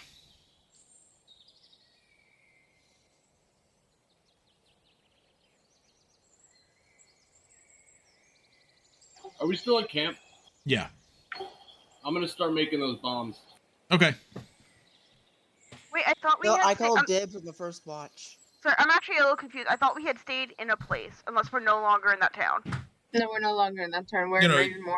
You know, I didn't grab a map for Ravenmore because you guys are. I'm sorry, I No, misunderstood. you guys are arriving at night, and Shalelu knows that everything shuts down to outsiders at night. Like they don't. Okay. Like inns, Yeah, it's fine. inns don't accommodate outsiders at night. Like it's just there's nowhere to stay. So Okay. I didn't bother grabbing a map for the town. Out of character. What is the point of the inn then? How does it make any money? Unless they like arrive during the day and that's when they get a room? I'm confused. Ravenmore is very tight-lipped about what happens there at night. Like this is like What happens you know, in Ravenmore stays in Ravenmore. yes, but like taken to the extreme. Like this is, you know, you don't talk about Ravenmore. Like So Sandpoint and Magnum are both human cities. I'm guessing the last city was mostly halflings. Who lives here? you know, funny, it's mostly humans here too. Yeah, it makes sense. Why are we gonna And- be so sketch? And Roderick's Cove actually is mostly humans as well. You just happen to enter the businesses that are run by halflings. Okay, I'm still chalking it up to halflings own that town. That's fair. That's all you saw, so that's fair. Well, no, the innkeepers were humans. You saw them. Even then, the halflings took over. What a world it would be if halflings took over. Amazing. Better than the world now, I'll tell you what. I'm still trying to figure out the riddle. Maybe you're right. You don't have all the pieces. Take it from you me, have to humans figure it are out. assholes. Yeah, you're right about that. Still, I called dibs on the first watch. Okay, and yeah, Dream, you make your usual allotment of bombs. Well, do I have to like? I should probably mix the needle grass and the destroying angel first. Okay, so you do that, and then what are you actually making the bombs out of? Like that mixture, or? Yeah, no, the mixture of the needle grass and the destroying angels. Okay, so yeah, you make shrapnel. so you make a total of 5 of those bombs. And then you get, I believe you get 6 bombs per day, so you have 5 of those bombs, and then your last bomb can be whatever else you have on hand, I guess. Like you should probably still have some of the fungus from Foxhole Manor. I would imagine you can always make it out of that or something else. Did I ever make the bombs out of the tinctures, or did I just leave them? I don't think you ever made bombs out of those. I think you just made the tinctures. You can make a bomb out of that too if you want. Yeah, I'm gonna make one out of the hideous laughter powder. Okay, so then yeah, you go ahead and make a bomb out of the make a hideous laughter bomb essentially. Like an air soul bomb. Yep. All right. So Dino, you take the watch. Go ahead and roll perception for me. Guidance.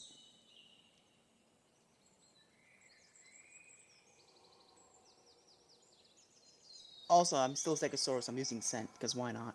Okay. 30. 30. All right. So your scent doesn't really tell you anything, but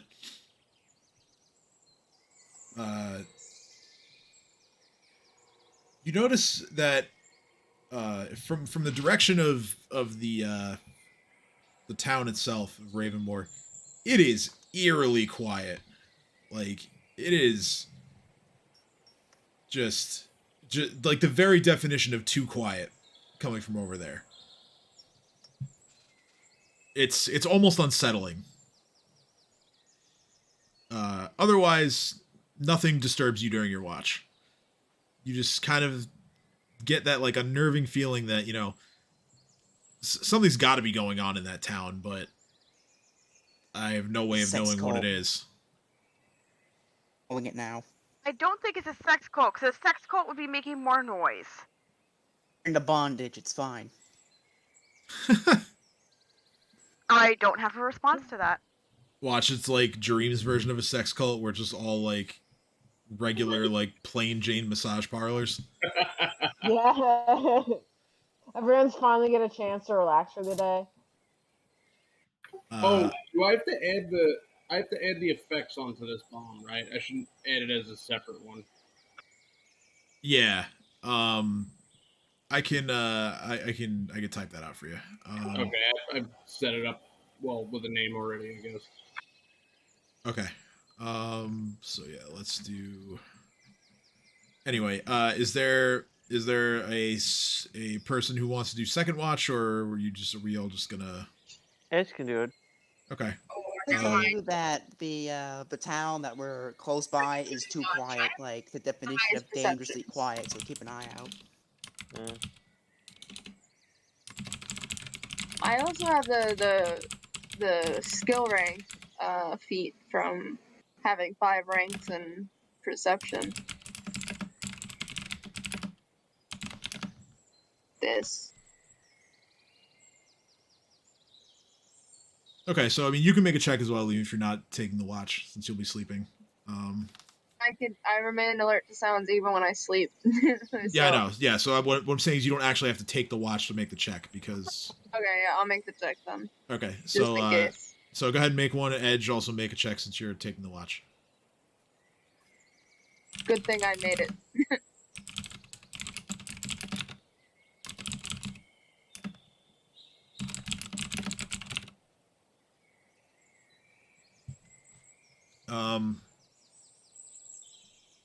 So basically the same as during Dino's watch. Nothing, no creatures or any sort of threats pop up in the middle of the night.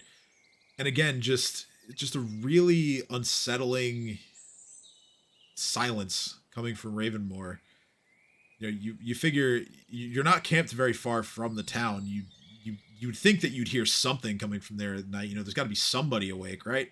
But no, it's just dead silence coming from Ravenmore, and like I said, it's very strange. I can't sense good and evil there, can I? Let me check the range one more. I'm pretty sure you're too far away, but you can go ahead and check for me. 60 feet, yeah. Yeah, you'd be too far away.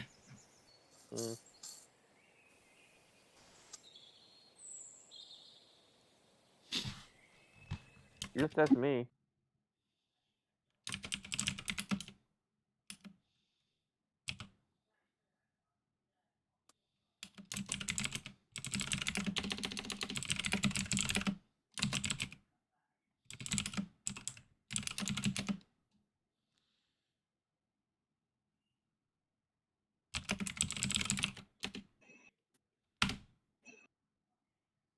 All right, so Rob, that's your bomb description there. Okay.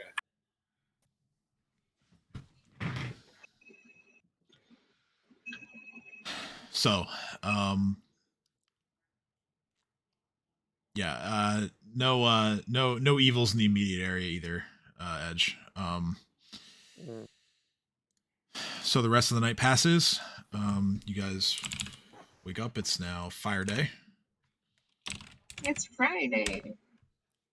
Friday. The 2nd of Neth.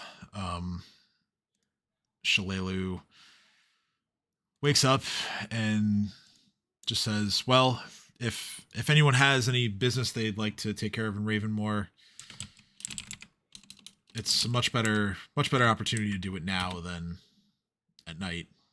But I'm ready to move on whenever you guys are."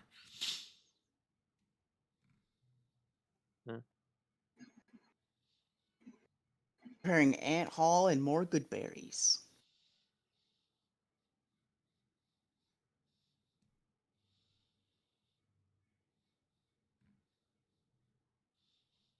Some more good berries. Or good berries. All right, go ahead and roll.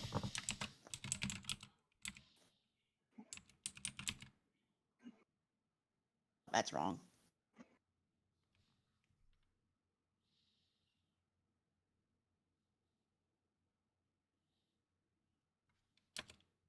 Much better. 22 good berries. All right, nice. That's 36 total. We're eating good for tomorrow. Eating good in the neighborhood. That's right. These rations, you have good berries. Brought to you by Applebee's and NordVPN. Ba-ba-da-ba-ba. And Manscaped. And Dr. Squatch. We are sponsored by NordVPN to help Edge's shitty internet. Yes, that we gotta actually work on securing that. Yeah, we gotta get ourselves a NordVPN sponsorship. Face it, NordVPN sponsors everyone, so if we can't get a sponsorship from them, we're kind of screwed. I think we need a sponsorship to get Edge to move in with one of us. It's like, it's okay, Edge, you have our internet now. Yeah, just come There you over go. right here. It's gonna be us. Like, I will adopt you. You are now my son. You're not much younger than me. You're my son now. Yeah, but if it matters, then. Alright. Get over here. I'm in my 30s, dude. You're actually older than me. Then never mind, because I'm 30. So Yeah, just no. spreading our ages on the internet. But yeah, no, it's like that's fine. Still, you're my son now. Don't ask how that happened. Come have my internet. Yeah, That's right. exactly.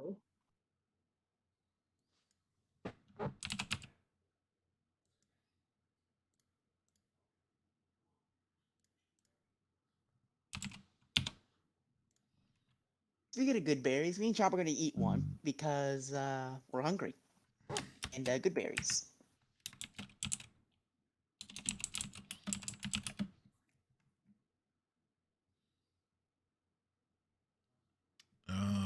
I'm just updating something on your bomb thing, so make sure I have all the info here. Tim. Yes. I know I said 10 pounds of berries, but how much is that? 10 pounds of berries. Yeah, but Good I Berry mean, uses a lot a of fucking set berries. amount instead of pounds. A lot. Yeah, that's a lot of berries. Let's roll this again. there's more berries than we should realistically have on us, but hey, here we are. Okay, yeah, that's correct. Let me just set the. You have 5 of these. Okay. All right. Yeah, I would say 30. I mean, 36 of those berries is. I mean, I'd say that's not even 2 pounds. That's like probably. It's probably only around 1 pound. 36 times berries. 10. Yeah, it's 360. a lot of berries.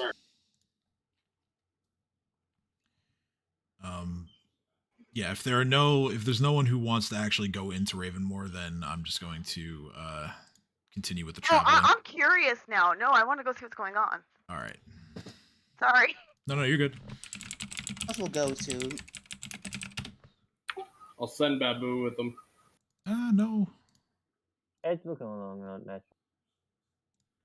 But do we have a reason to really go in? Is there anything we need? Kim's curious. Oh, Kim, I keep saying Kim. Kat is curious, and I'm not about to leave her alone because I don't trust that town the slightest. Officially worse than Magnamar. You haven't been in it yet. Let me go ahead and make this map We real have a strict fast. system for determining how bad a city is, and that city is worse than Magnamar. Can confirm. How do you know they're not like protecting the world from some horrible evil? Because They have a vampire on a infestation. hunch. Hey, we have a vampire. I gotta say, she's good. No, we have a Dampier, not a vampire. Same thing. I don't know if Keed would agree with you on that, but okay. Kay just kind of looks at Kat and goes, well, kind of a bastardization between the two at this point, kind of pointing at the fangs and going, able to drink blood thing. Depending on how people would define vampires, I kind of may or may not fit in there. I am a Dampier, you're right, but I understand how people may look at. Kay just kind of shows off. I am a creature of the night and people want to murder me. And face plants. Just like, well, that got dark real fast. I just had this realization that dark, the color, but that like, proves my my point that as far as everyone else concerned, they're pretty much the same thing. Yeah, that Kate just had that realization going, yes, we're different, but anyone looking at me from the outside in is going to look at me and go, yeah, that's definitely a person has fangs. They look undead. They don't like the sun. But they can be I'm on like, this this is Cade, and I love her. This is Cade, and I love them, and no one is going to cause them any harm. And if anyone so much as looks at Cade funny, I'm choosing violence. Yeah. I go with you guys. So if anything, maybe me being with you going into that city might be beneficial if something's going on. No, we have no proof that this is vampires. We're just assuming. I know, assuming but the worst, because that's literally a character trait of Dino. Yes, but Cade's looking at everyone and going, and if I'm going to continue assuming the worst with you, let's just all dip in, check, get your shit, and dip out together quickly.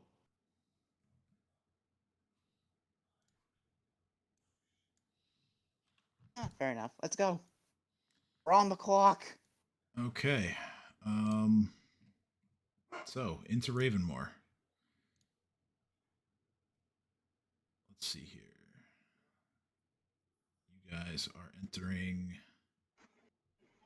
from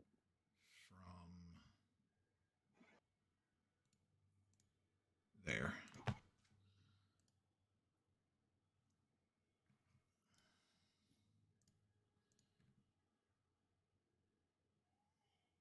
Now to actually find what all these places mean.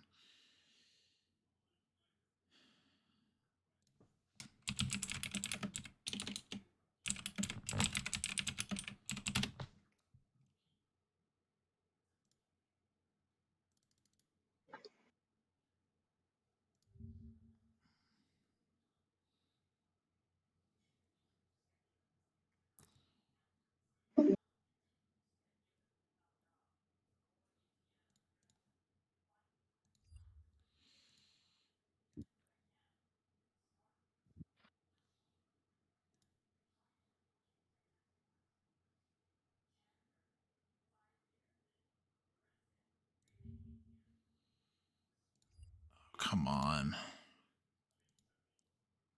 Do, do, do, do, do, do. Yeah, basically. Okay.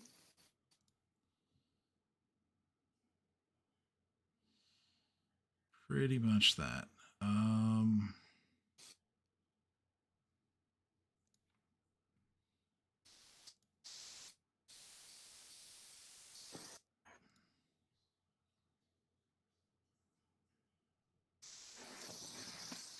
Why can't I find it?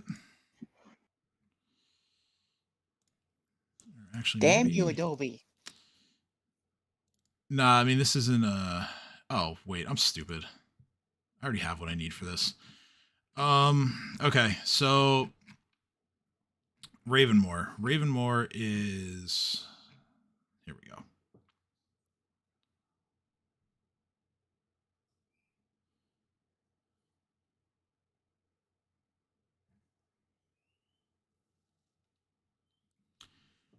So again, cloudy day, a bit colder than yesterday. You walk in to find that this is a smaller town than Rodder's Cove. It's actually probably closer to the size of a village, rather than a town itself. It looks like there is a pretty small population here. Can't be more than maybe a couple hundred people. As far as the locations on the map, you have nearest to you, there is...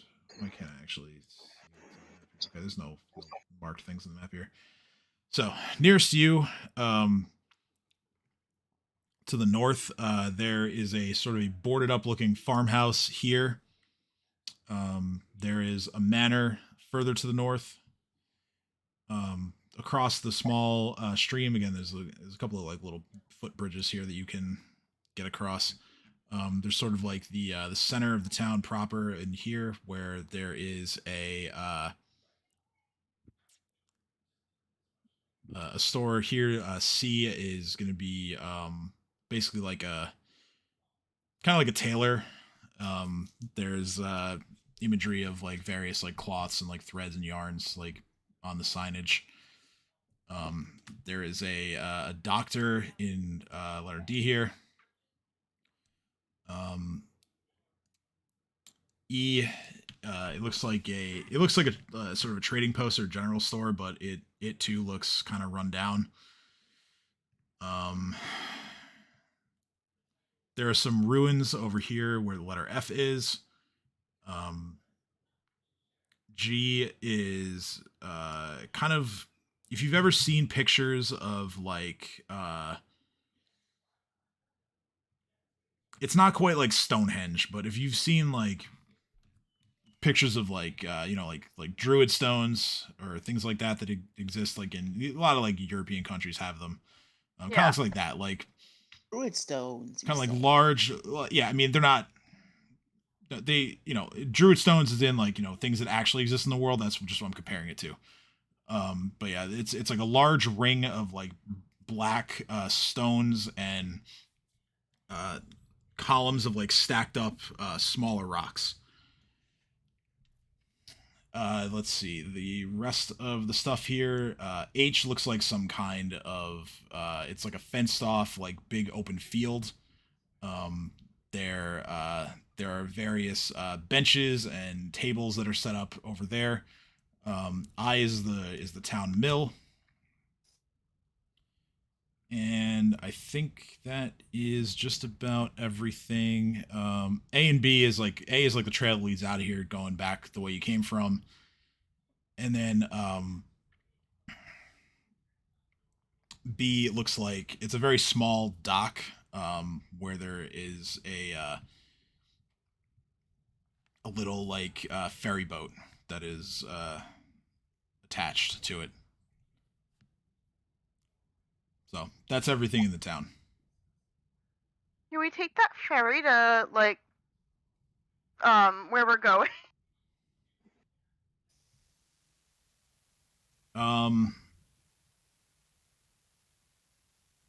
Judging by the size of the small flat bottom ferry, you take a good look at it.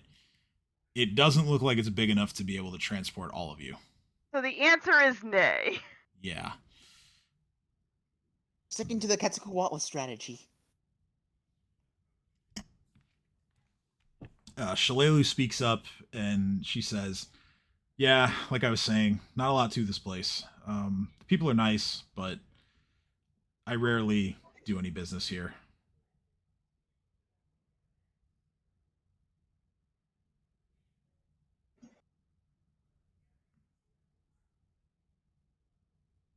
That's like, well, we're not gonna learn anything just standing here. Okay, so where do you want to go?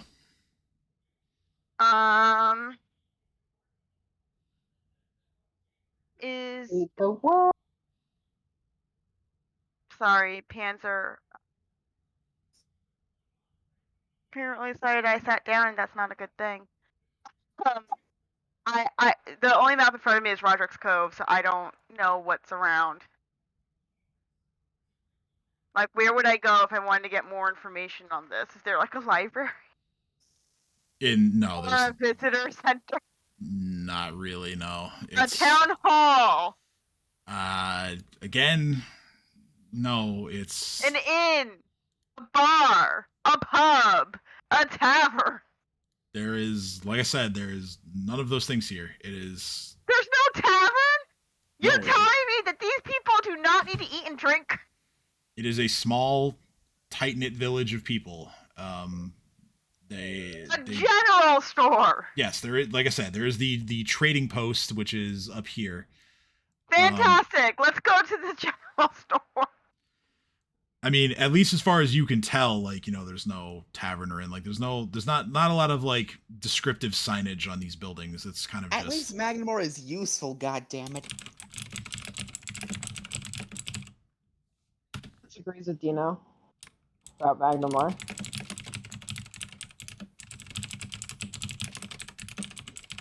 Moving on. Moving on. What you want, cat? Kate says just loudly in the town, just being like, "We're here." Looking around at everyone else and just kind of waving it at it.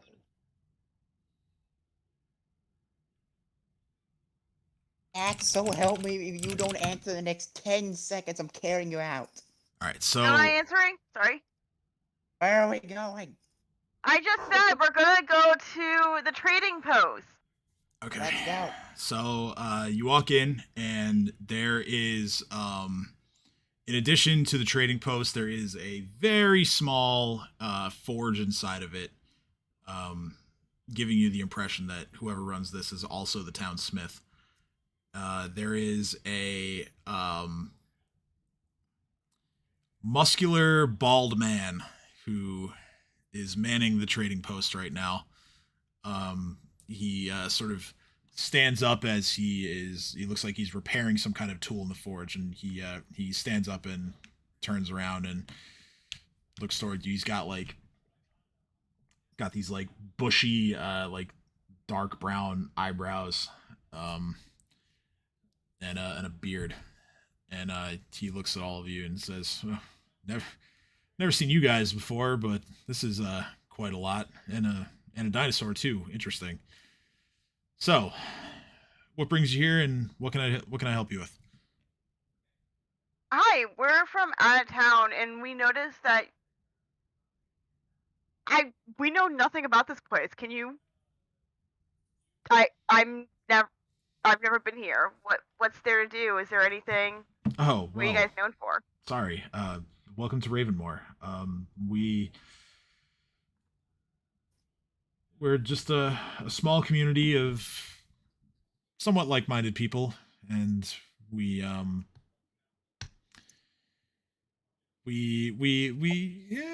you know, there's really not much to say. We have our festivals at the times of year that call for them, and as it turns out, my daughter was selected to potentially be crowned the queen of the Founders Feast. We'll find that out in a few weeks, but Congratulations. yes, it's Or it's an is honor. You sound kind of upset by this. Well, she is my one and only child. I mean, it's not like she's gonna be sacrificed to the gods, right? No, heavens, no. We would never do that. I would never allow it. But Okay, out of character, I gotta know, does he have shifty eyes? And he's like, no, never. roll sense motive. Okay. Hold up. I'm gonna do it too, and just because why not? Sus. Cat I very need much some said that guidance as a joke because I trust to no see one. what his reaction would be. I know nothing. Seems genuine. Seems, yeah. And Cat's like, I'm kidding. I'm kidding. Seems like nothing more than a protective father. Well, that sounds lovely. It sounds exciting. When's the Founders Feast? You said it's a few weeks. Yeah, it's in a few weeks. Towards the end of this month. Wait, Yeah, we will definitely be gone by then. Actually, we're probably going to be gone by today, but Oh well, that's a shame. But we could use some supplies, so we figured we'd stop in and get some. are we all in town, or? yeah, everyone post at the came moment. into the trading post in town. Yeah. So kind of looking around the walls here, you see your like very basic inventory here, like trail rations, no real nice looking weapons. I mean, there's a lot of like simple weapons. He's got a couple like flails. No armor. Really just like the basics, like a few different toolkits, some rations, the simplest of weapons, as well as a couple of camping supplies, and that's about it. There's not really not much to speak of here. You guys must be a pretty safe town. Yes, we never really see any disturbances from outsiders here. And like I said, we're very very closely knit community. We look out for each other here. You've mentioned. I'm not gonna say anything in character, but I'm just saying I no longer trust them. So can I sense motive now? Sure. He's just been sitting here like. I'm also gonna see if the guy is like responding to the fact that I look the way I do. And I'm not hiding my fangs in this town at all, just for the record. Mm-hmm. You shouldn't. Alright, so sense motive, tiny click. Pretty cute. He's not necessarily lying in anything that he says. As far as how he reacts to you, you sense that the fact that you're not really hiding your identity at all, and he can clearly see what you are. It looks like it's making him a little bit uncomfortable. I'm gonna look at him and just say, so what's the Founders Festival like, and what's it about? That's the first thing and the only thing I've said so far. Oh well, the Founders Feast is. I wish I had a more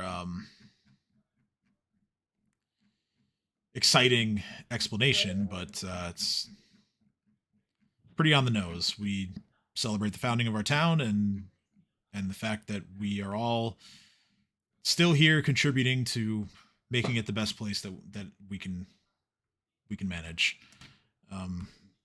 We all of us come together to prepare a huge feast for the entire village, and there are various festival games, and as I've said, my daughter is up for the big honor of being the queen of the feast. So cat. A lot of competition for that. Well, not as much as you might think. They only select 3 girls every year. But the honor is typically given to, well, they say it's given to the most beautiful of Ravenmore's daughters.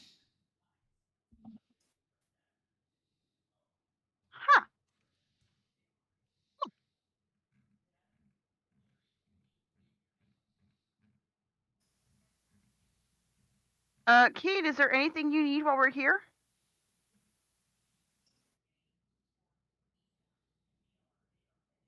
And just says, no, yes. Trying to understand if Cat's trying to like fish for a reason to stay. No, Cat's just trying to bring attention to Cade to see if she can like get anything more from his reaction. Does that make sense? Yeah, it does.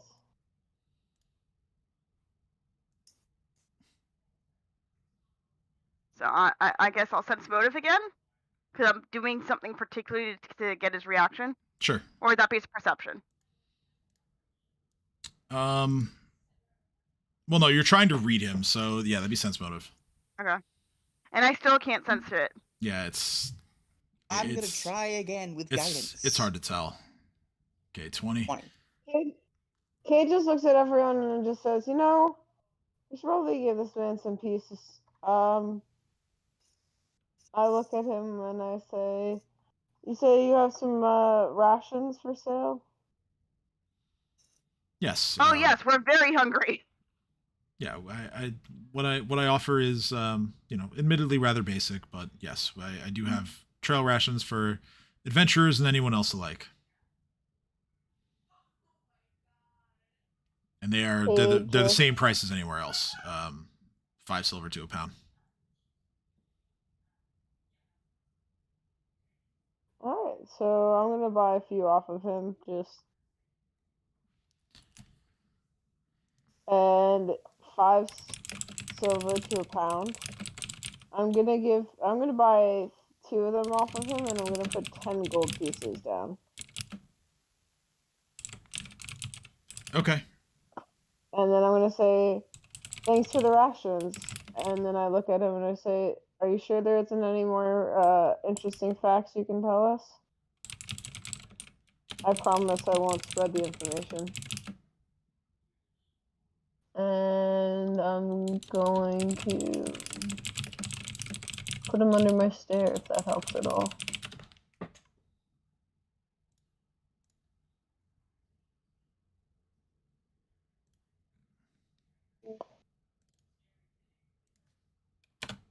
I'm going to do that. Okay. And I'm sorry. How are you attempting to intimidate him again? I'm pretty much like making a point that no one's gonna find out what he told us, and essentially, if he doesn't tell us anything of use, I'm gonna make it seem like he did. Okay. Roll intimidate. Does that make sense? Diplomacy. Intimidate. Not. This isn't diplomacy. Oh wait. Yeah. Wait. That can Like be. enhanced diplomacy is both. Yeah. It can be used on intimidate. You're right. I forgot. 28. Hot diggity. Yeah, because demoralized, you fill your enemies with self-doubt. An enemy in the area that fails in its save becomes shake consideration of the power. Allies and He creatures that are intelligence score are unaffected. Like, he sort of leans in to you, and he says, "I don't know what you think I know, or what you want me to tell you, but this is not the first time that an outsider has come here and threatened me, and I'm certain it won't be the last." So Cat, to try to ease tensions, it's like, I apologize. We noticed that was very quiet. We just wanted to make sure everything was okay. they just And also look a little offended. I apparently failed diplomacy. Cat's like, we I'm just talking. He Kate just cuts you off then. he kind of just turns his And gaze. just Oh yeah, if you're gonna looks at him cut and her goes, off, then also, not necessarily in trying to scare you, sir. I also did, I'd say, tip you quite well. I looked down at the 10 gold on the counter for the 10 silver worth of rations. yes, and it's greatly appreciated. I don't know what you think I know. Why this town doesn't like anyone else coming into it and why you're so close knit. Kate just bluntly says. out of character. Where the hell is Ursland? Just barge in and ask the question, damn it. We're You actually need me? I don't know how well you know this area, but we are a fairly isolated town. It doesn't need to be anything more than that. We take care of each other here. What am I asking? So for my sense motive roll of 20 earlier, what do I get from him? Mine of 26 didn't work. Mostly he's telling the truth. He's not lying. Yeah, he's not nothing that he's saying is a lie. All you're really getting is that like bonus, so he has a very guarded way of speaking to all of you. He's not lying. He's simply playing close to the vest. That's why I'm just like, Ursland, do your thing. Come in and just ask the question. Okay. Use your lack of tact. What am I asking? Are there vampires or not? Oh, okay. Hey, you. Are there people who drink other people's blood just for shits and giggles here? Cabe just kind of waves and goes, besides me? Oh yeah, you came with us, of course, besides you. He doesn't know that. I just say, like, completely ignoring him. You see him grab the tool that he was repairing in the forge, and it kind of looks like a metal, almost like a stake that you would use to tie down like a large like tent. You know what? That he answered my question. He the answer is yes. No, that's a wooden stake. No, technically speaking, in general. Yeah, it was wooden.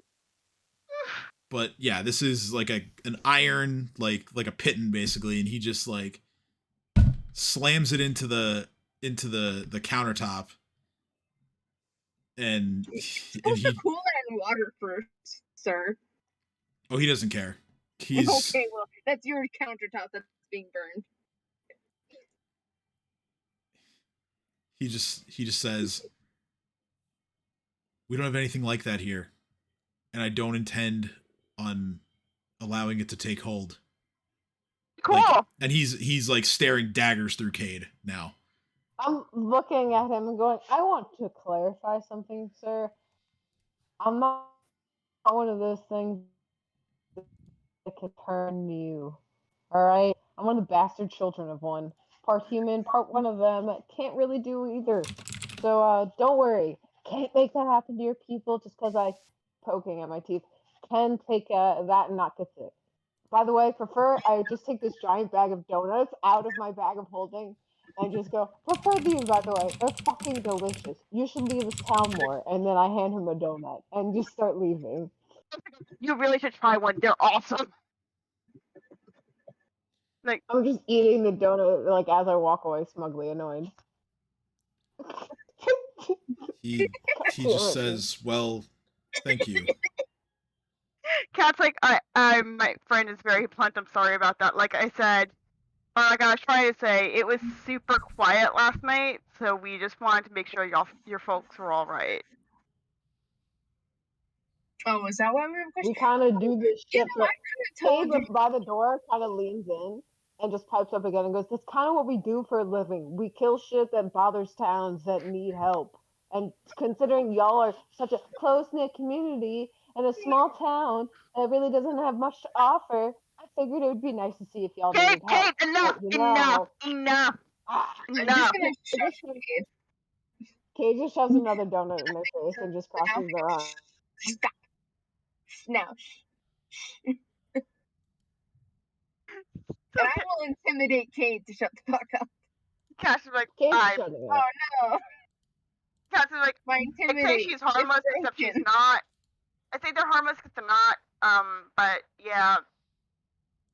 The man just says, "I'm going back to work. Yeah. Okay. See yourselves out." That is absolutely fair.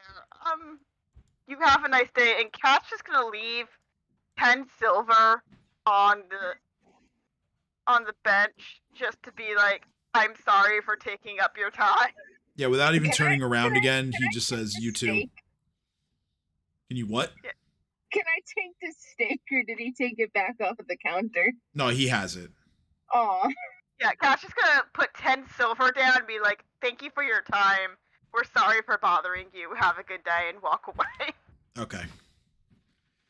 I'm gonna walk out as soon as we all are outside. I'm gonna turn to both Cade and Oh, I'm gonna say, for being charisma-based casters, y'all suck at talking. You know that? I'm Correction. okay. I like how we weave in like fourth wall breaking shit into our RP.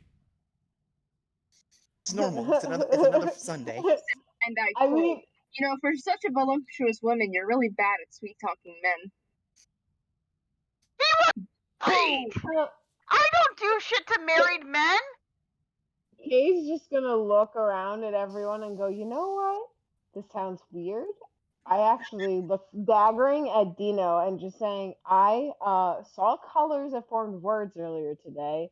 And then my first time checking out what this guy meant, I had a pretty good idea that he wasn't quite lying, but wasn't quite telling the truth. And I'm thinking, can we leave? Just keep in mind, Kate, that whenever you intimidate someone next time, there's a chance that fighting's gonna break down. So make sure it's worth it. Kate just kind of looks and goes, "Oh no, a single man in the shop. How could I handle that?" How flammable is our party? How flammable is the party? Yes. Well, Dream's carrying a bunch of bombs, so. Okay. And Ursulin, I'm looking at you like, I don't like the sun, let alone, fire burn, no nice. And look at you, witch bitch. Look at your skin. Alright, you Kate's know what, just having none of anyone's Look bullshit at your today. skin. bitch? I'm gonna burn something of yours. Just because you called me a witch bitch. Kate's so angry right now. He just goes, you know what? I'm leaving. Y'all can stay in this weird ass town if you want, where they're close knit community that doesn't do shit that's weird or not. Well, no. I'm leaving. Wait, remember we were supposed to stop people from dying. Remember? I'm just looking at Dino now. I light your shirt on fire. He Nick, just rips the shirt off and throws it at you, and just goes, no, you no, got to make the fortitude to no. stay stop it. Yeah, make a I'm fortitude just save. diving in the water. Guidance. Whatever bucket and Well, no, water no, or trough no, no, or no, no, no. whatever is there. This isn't an unattended object. It's on their body.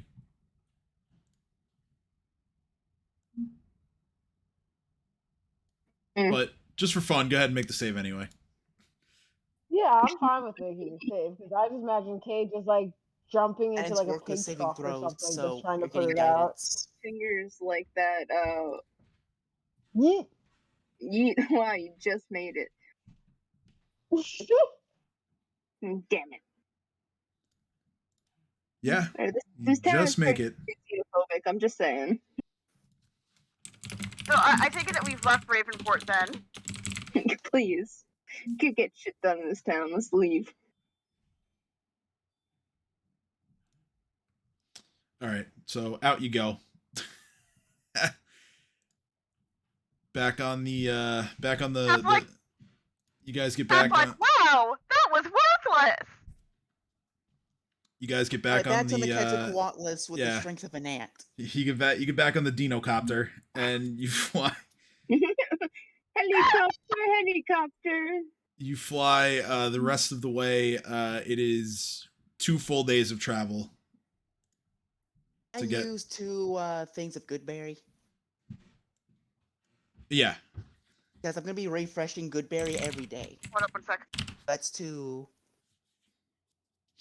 Yep. So yeah, go ahead and make your roll for that. 8. Oh god, no. 8d4 before times 2, so it's just 16d4. 38 more good berries.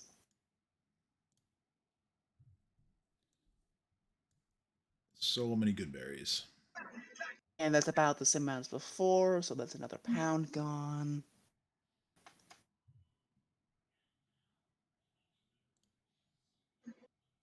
All right.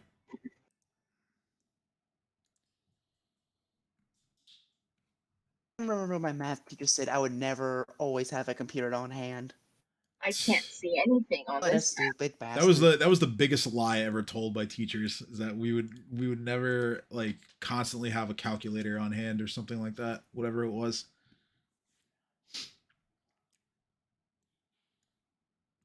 Let me flip daylight mode on this map because I don't think it's on. All right. So, welcome to Turtleback Ferry. Let me just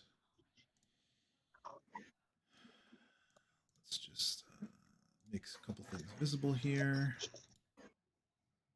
Map.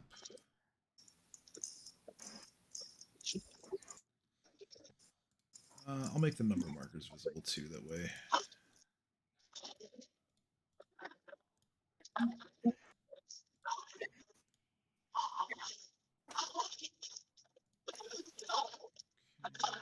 Did I get everything? No, there's one more.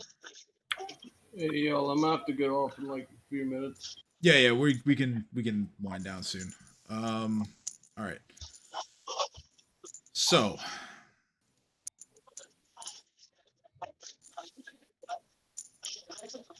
you arrive in Turtleback Ferry.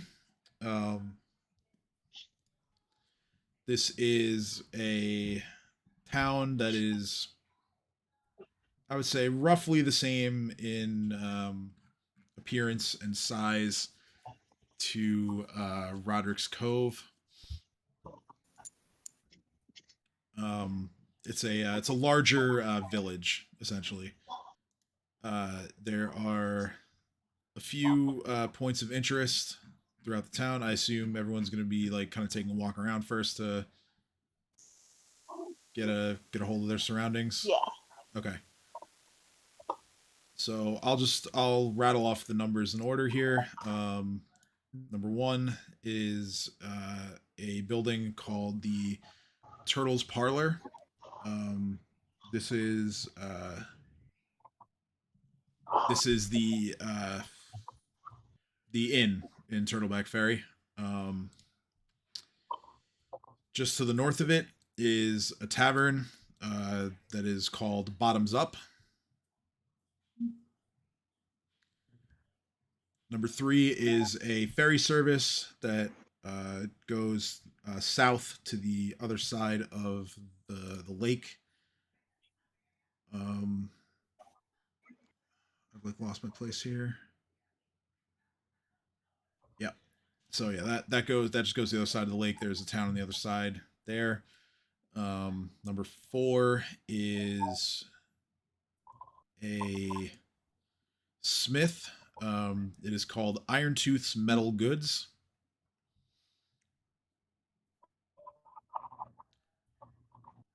Okay. Number 5 is the general store.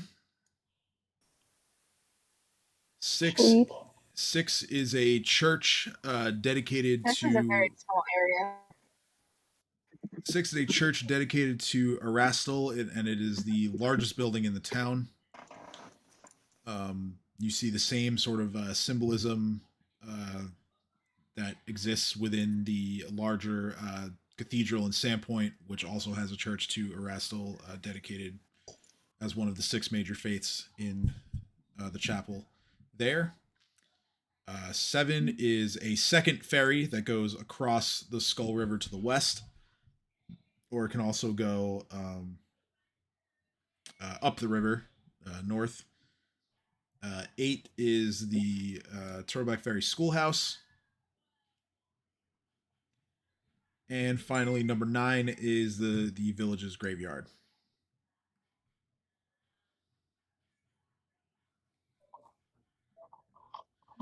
There are several villagers who are out and about on this Sunday. The weather has cleared up a bit. It's still a little cold, but it's pretty sunny, kind of nice out. So the townsfolk are taking advantage. You see a number of it's mostly humans, but there are also some halflings and some gnomes that are milling about the town.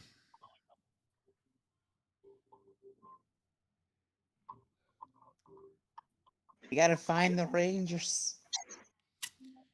Yeah, I would say the main impression that you get from this village is that seems kind of remote, but unlike Ravenmore, I mean, without speaking to anybody, of course, it does seem like this village is more willing to welcome outsiders with open arms.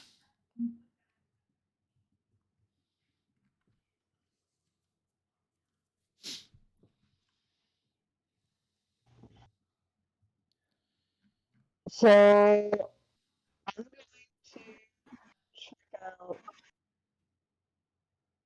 the potion, like, I guess the general store slash, like, Okay. check out the general store and the blacksmith. That's what I want. I want to see if he's got any cool weapons Okay. or armor. All right. So you go to the general store first. It is run by a middle-aged human woman. She introduces herself after initially, asking what she can help you with. She introduced herself. Her name is Wenda. And you look around, and this is it's a functional general store. It's seems a bit better stocked than the one in Ravenmore. Relatively same types of wares. not a lot of not a lot of like stuff that you'd find at a place like Sava's or even the store that Shayla's helps her family run. Kind of a pared down inventory from that. Not a ton of weaponry. There are one or two sets of armor, and the rest is again just mostly like adventuring kits and the like. Is anything used for healing? She does sell healers kits. I'll buy a healer's kit as well. Okay, so as you ask for her assistance, and she begins to she kind of starts chatting you up a bit. Uh, she looks at you as she's getting her things together, and she just says, "So what brings you into town?" This is a good place to stop and not have to worry about wilderness trying to eat you. Ah, well, yes, it's a good place for that. Um, you know, I did hear something recently though. Roll me a d12.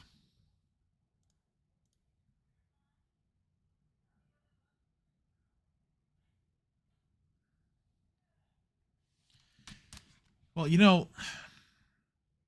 I mean, you and your friends look to be of the sort who deal with things like this, or you may have seen this happen before. But strangest thing, people have been disappearing lately, and it's not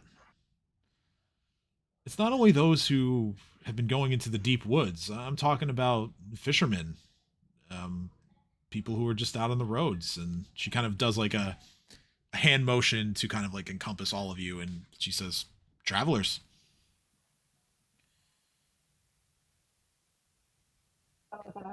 Okay, It's about right. you have my Any attention. leads? Well, if I had to guess, my money's on them Grawls. That family's got ogre blood in them. Once you got ogre blood in you, you just ain't right.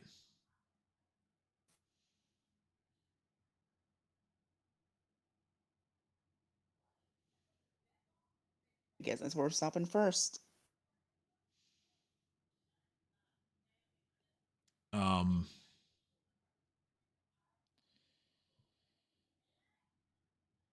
and yeah, she's like I said, she's gesturing and kind of like making a little bit of a show out of it. It was almost like she kind of just like had to tell somebody. Um, but yeah, she really felt that she had to get that information out unprovoked. She says, "Well, all right, I guess I'll finish putting your stuff together," and she continues like fixing up a healer's kit for you.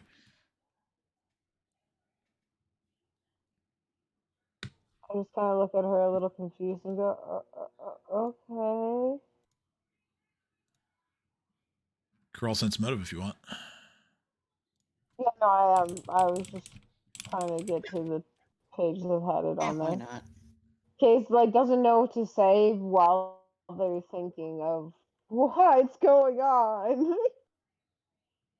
Writers. 21. Okay, so both of you meet the DC here. Um, it comes across as more of a rumor, which everything she just told you, although there is some truth to it.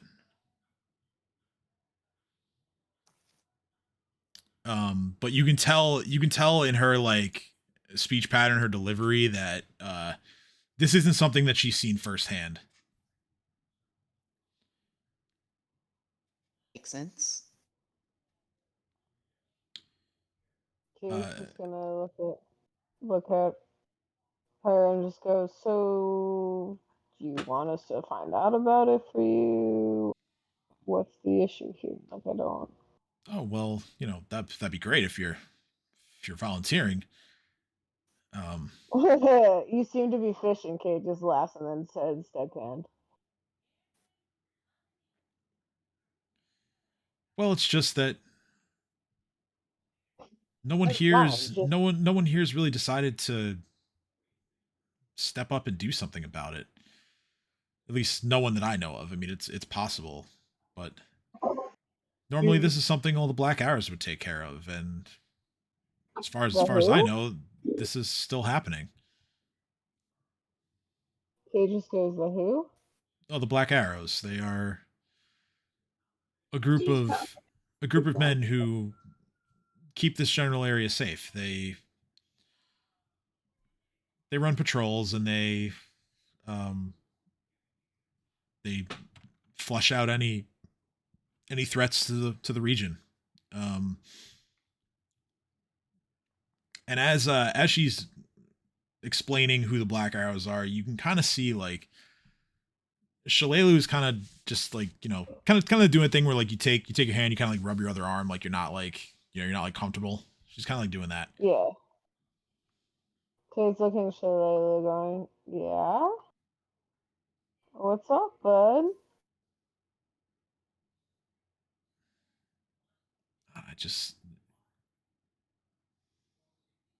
I just hope they're okay. It's who are okay. The peoples. The Black Arrows, Kate just looks at her and goes, uh-huh. Do you know any one of these Black Arrows? Okay, stop while you're ahead, please. Okay, wait, because now I'm confused. Are you playing Kate dumb is or are you talking to the insinuating shopkeeper? Kate is Uh, insinuating the person has someone in the Black Arrows that they are in the love with. yeah, well, no, I'm asking the shopkeeper, like, do they know anyone Okay, suspiciously history in the Black I was speaking Arrows? as Shalelu. I'm sorry. No, I know you were, but because of the way she was acting, I then Oh, turned to the right. shopkeep Okay, to okay. interview. I'm kind of like playing between, like, cause I like got you. I Okay. don't. Yeah, cool, I cool. understand now. I understand. My mistake. Kate's trying to be a matchmaker. So yeah, the shopkeeper just she says, "Well, no, I don't know any of them personally. I see them Every around. Sometimes they come in and they buy my wares, and it's nice to know that there are men like that around to protect us. So we don't have much of a militia ourselves. We're only a small village. We're in the middle of nowhere. That's So, very fair. it's good to know that they're around." Kate nods and goes, "Okay, that's fair." As I'm trying to sense motive again. Okay. Can I sense motive on Question Kate? about how many of the Black Arrows are there? I have no motive. I'm just trying to see if the shopkeeper knows more information than she's letting on, and playing off of Shillelagh's responses because she knows more information about the area than I do.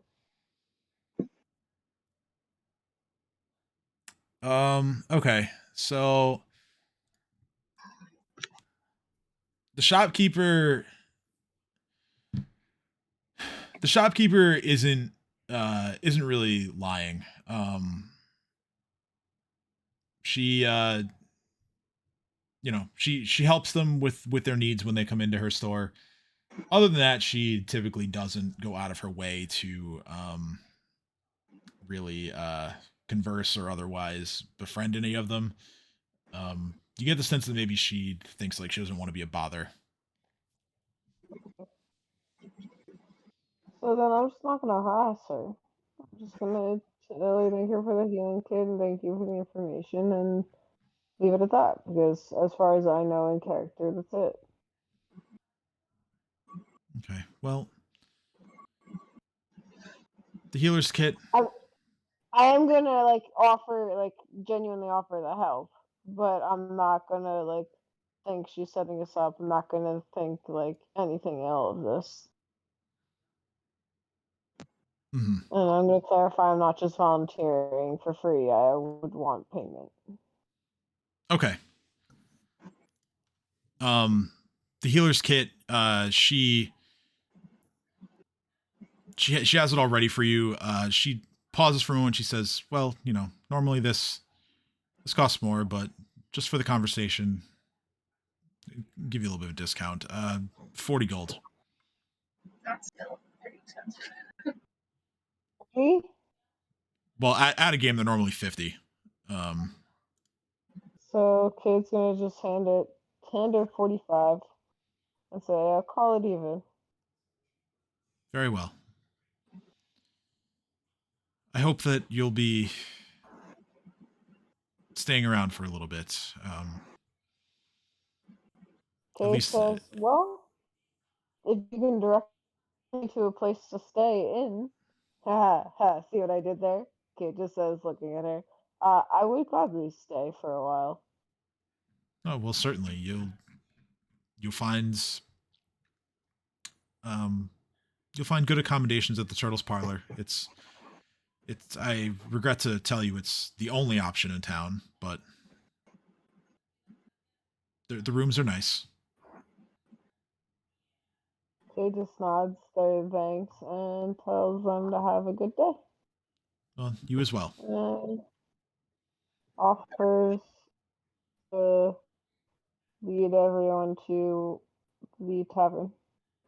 I don't know why that took so long for my brain to process saying, I think. So are That's we what I out of the wanted. shop now? Yeah, it seems like you guys are leaving the shop. You realize what's going on, right? No. People were going missing, and in the letter to Zanisha, her older sibling supposedly is quote unquote doing what Zanisha was doing, but more gracefully. So she's probably kidnapping them in secret. Oh, fun. Where's my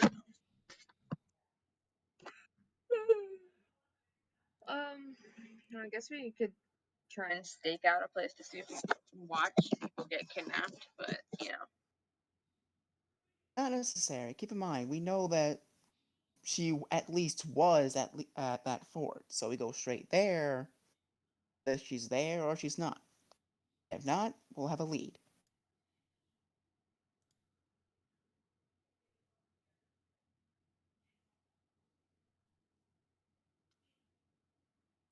so we need to go find the people that they haven't heard from, which are the Black Arrows, right?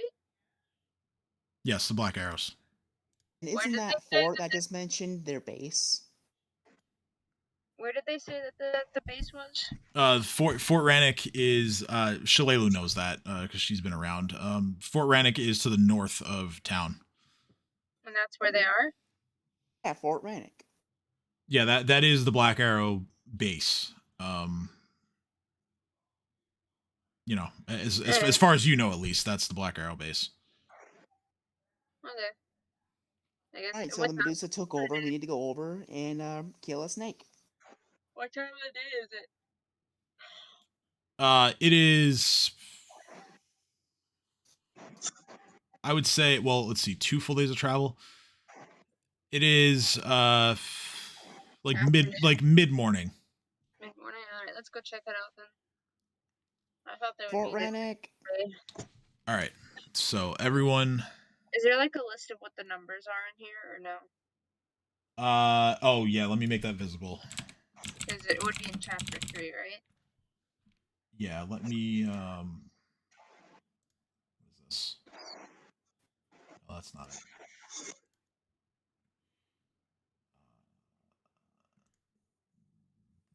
This. Okay, I'm actually gonna have to like copy and paste this into like something that's because it's everything's written here is in like the GM notes section, so I'll just I'll copy paste it after the game and I'll make it visible. But for now, I'll put it in everyone's journal, so you'll be able to at least see the map. But okay. So you guys head a little bit to the. Oh no, I've made a grave mistake. It's the worst kind. There's 2 of everything on the map.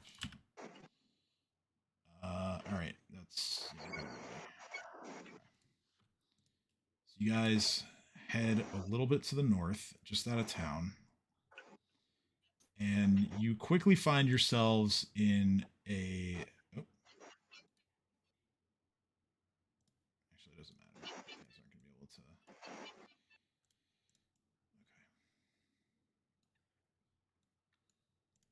So yeah, you find yourselves in a thick forest. Extra thick. Yes.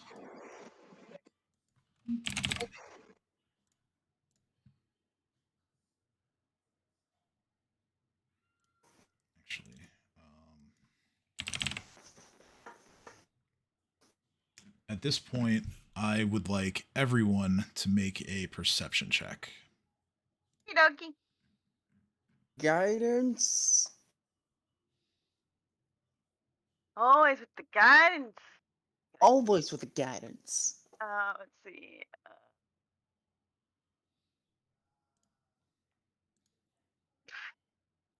Why are my rolls such shit tonight? I don't know. Here, I gotta roll for. I asked if my die are improperly balanced, except What are we doing? it's Perce- it's a random number generator.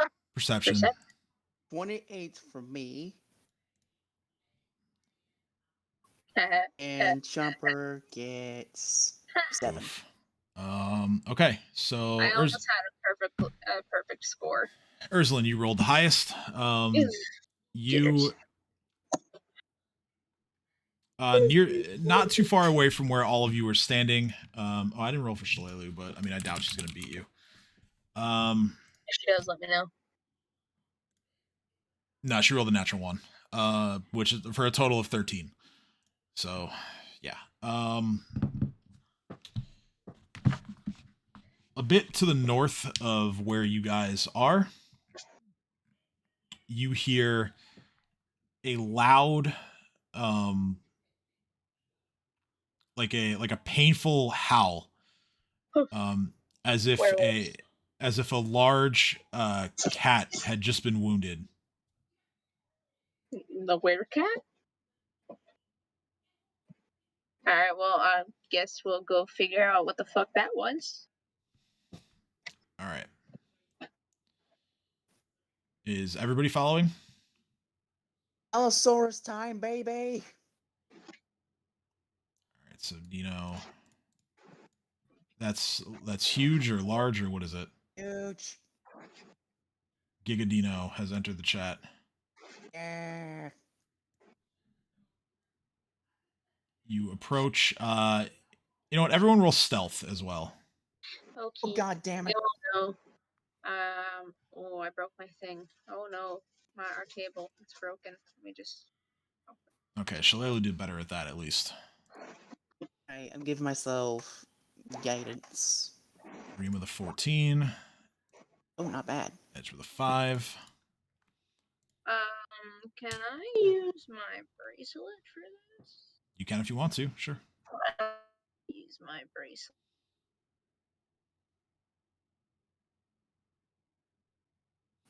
I got a 26. Let's go.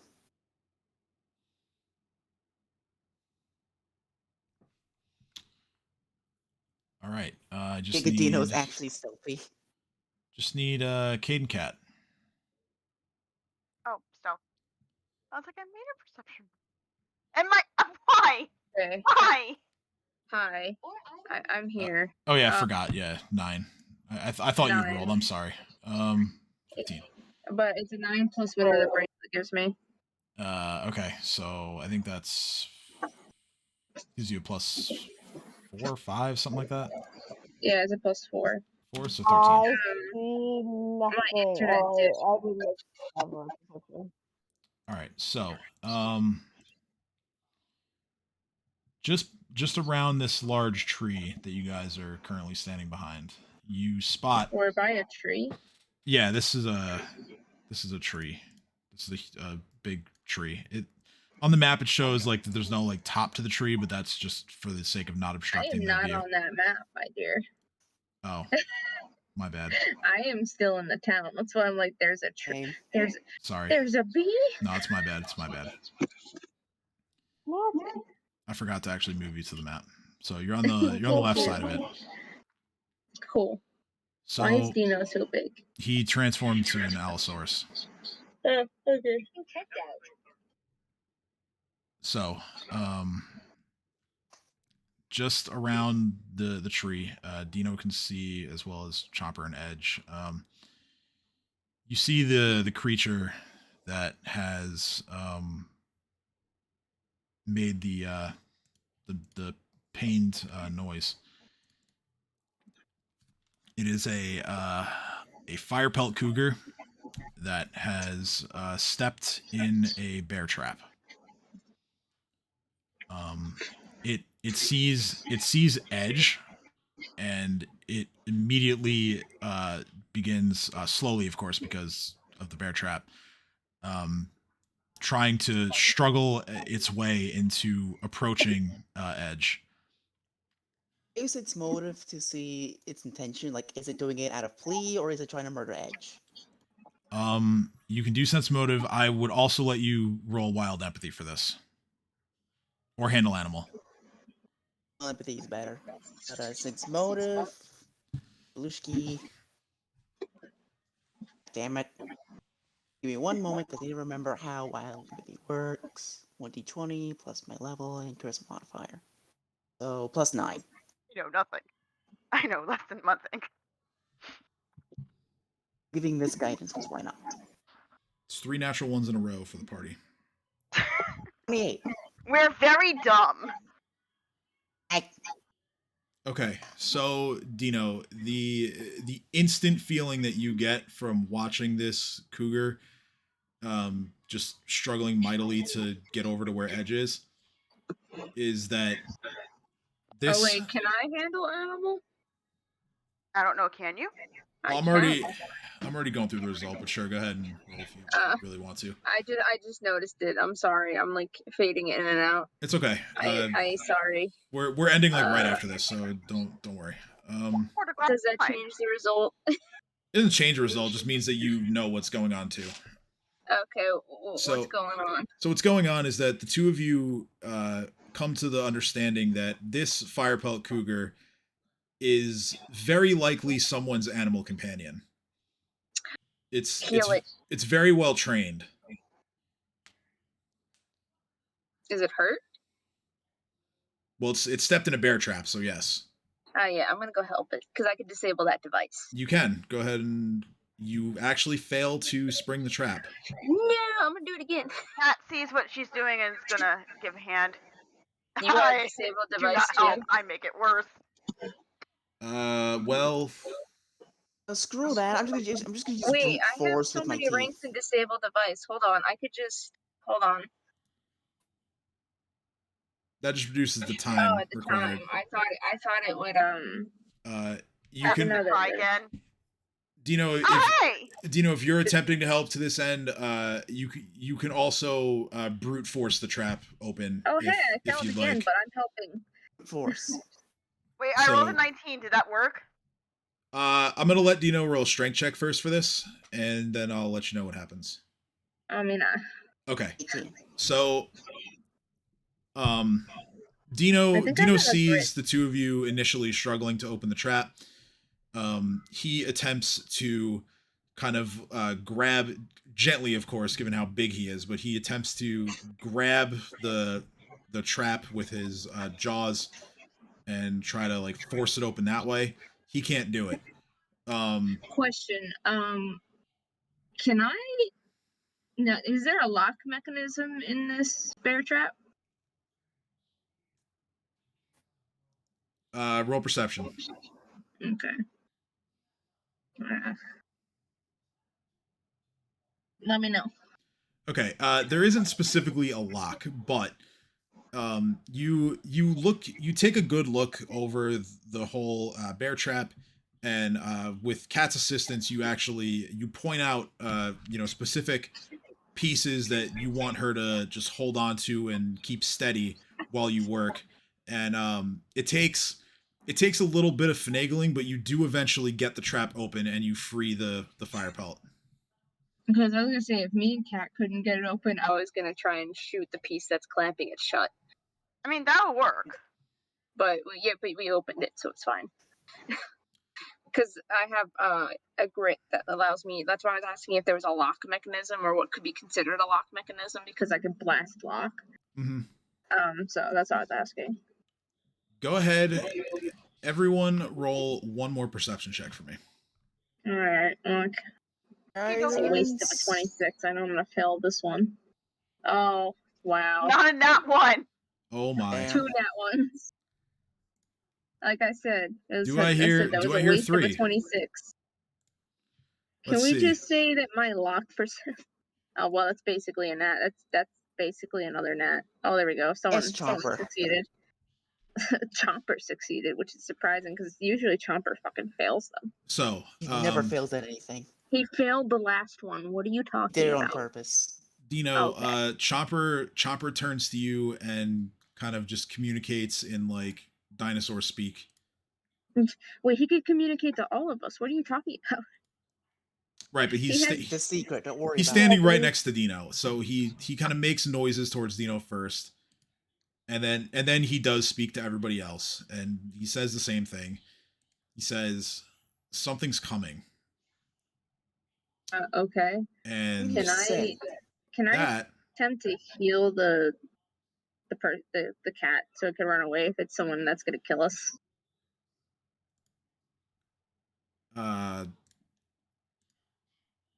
How? Like, do you? I don't know, just like a bandage or some shit. Oh yeah, make a heal check. A bandage failed. It's very loosely wrapped. Yeah, I mean you do the best you can, but you're kind of like rushing through it, and yeah, it's not the best job, but it looks like it'll hold for now. Boop. But yeah, Chomper is remaining quiet, but he is like in the voice that he's speaking in, he's adamant that there's something coming towards you guys. And that's where we're going to end tonight.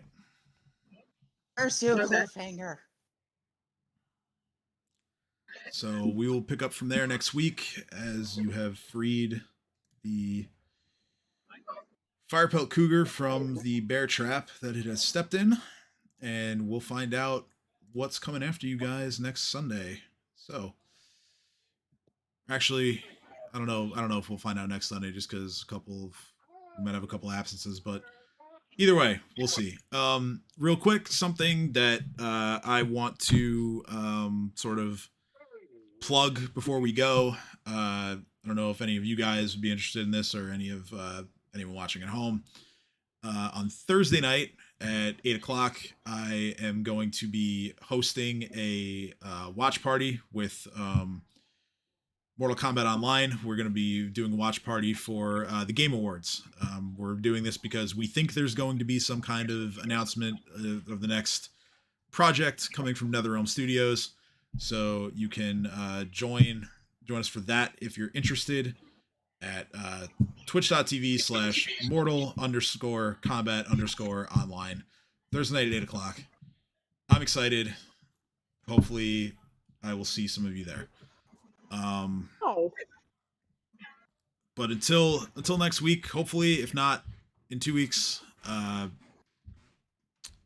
very much looking forward to seeing where this goes. And I'm happy, even though I had to do a lot of scrambling for maps and information for you guys because you wanted to stop at all the towns. It was fun. No, it was fun. Honestly, it was fun. I didn't think it was a burden at all. I really liked that you guys kept me on my toes like that. So we stopped. Now that we're out of there, I gotta know what was going on in that town. Oh man, they're xenophobic. It would take me a while to explain that right now. Here. So I will give you. Fine, when we're off air, you gotta tell me. Yeah, I'll fill you in on the details off air. All right. So Sorry, y'all. We hope to see everyone next Sunday. Until then, stay safe out there. Keep enjoying the lead up to this holiday season if you can, and we'll see you next week. Bye.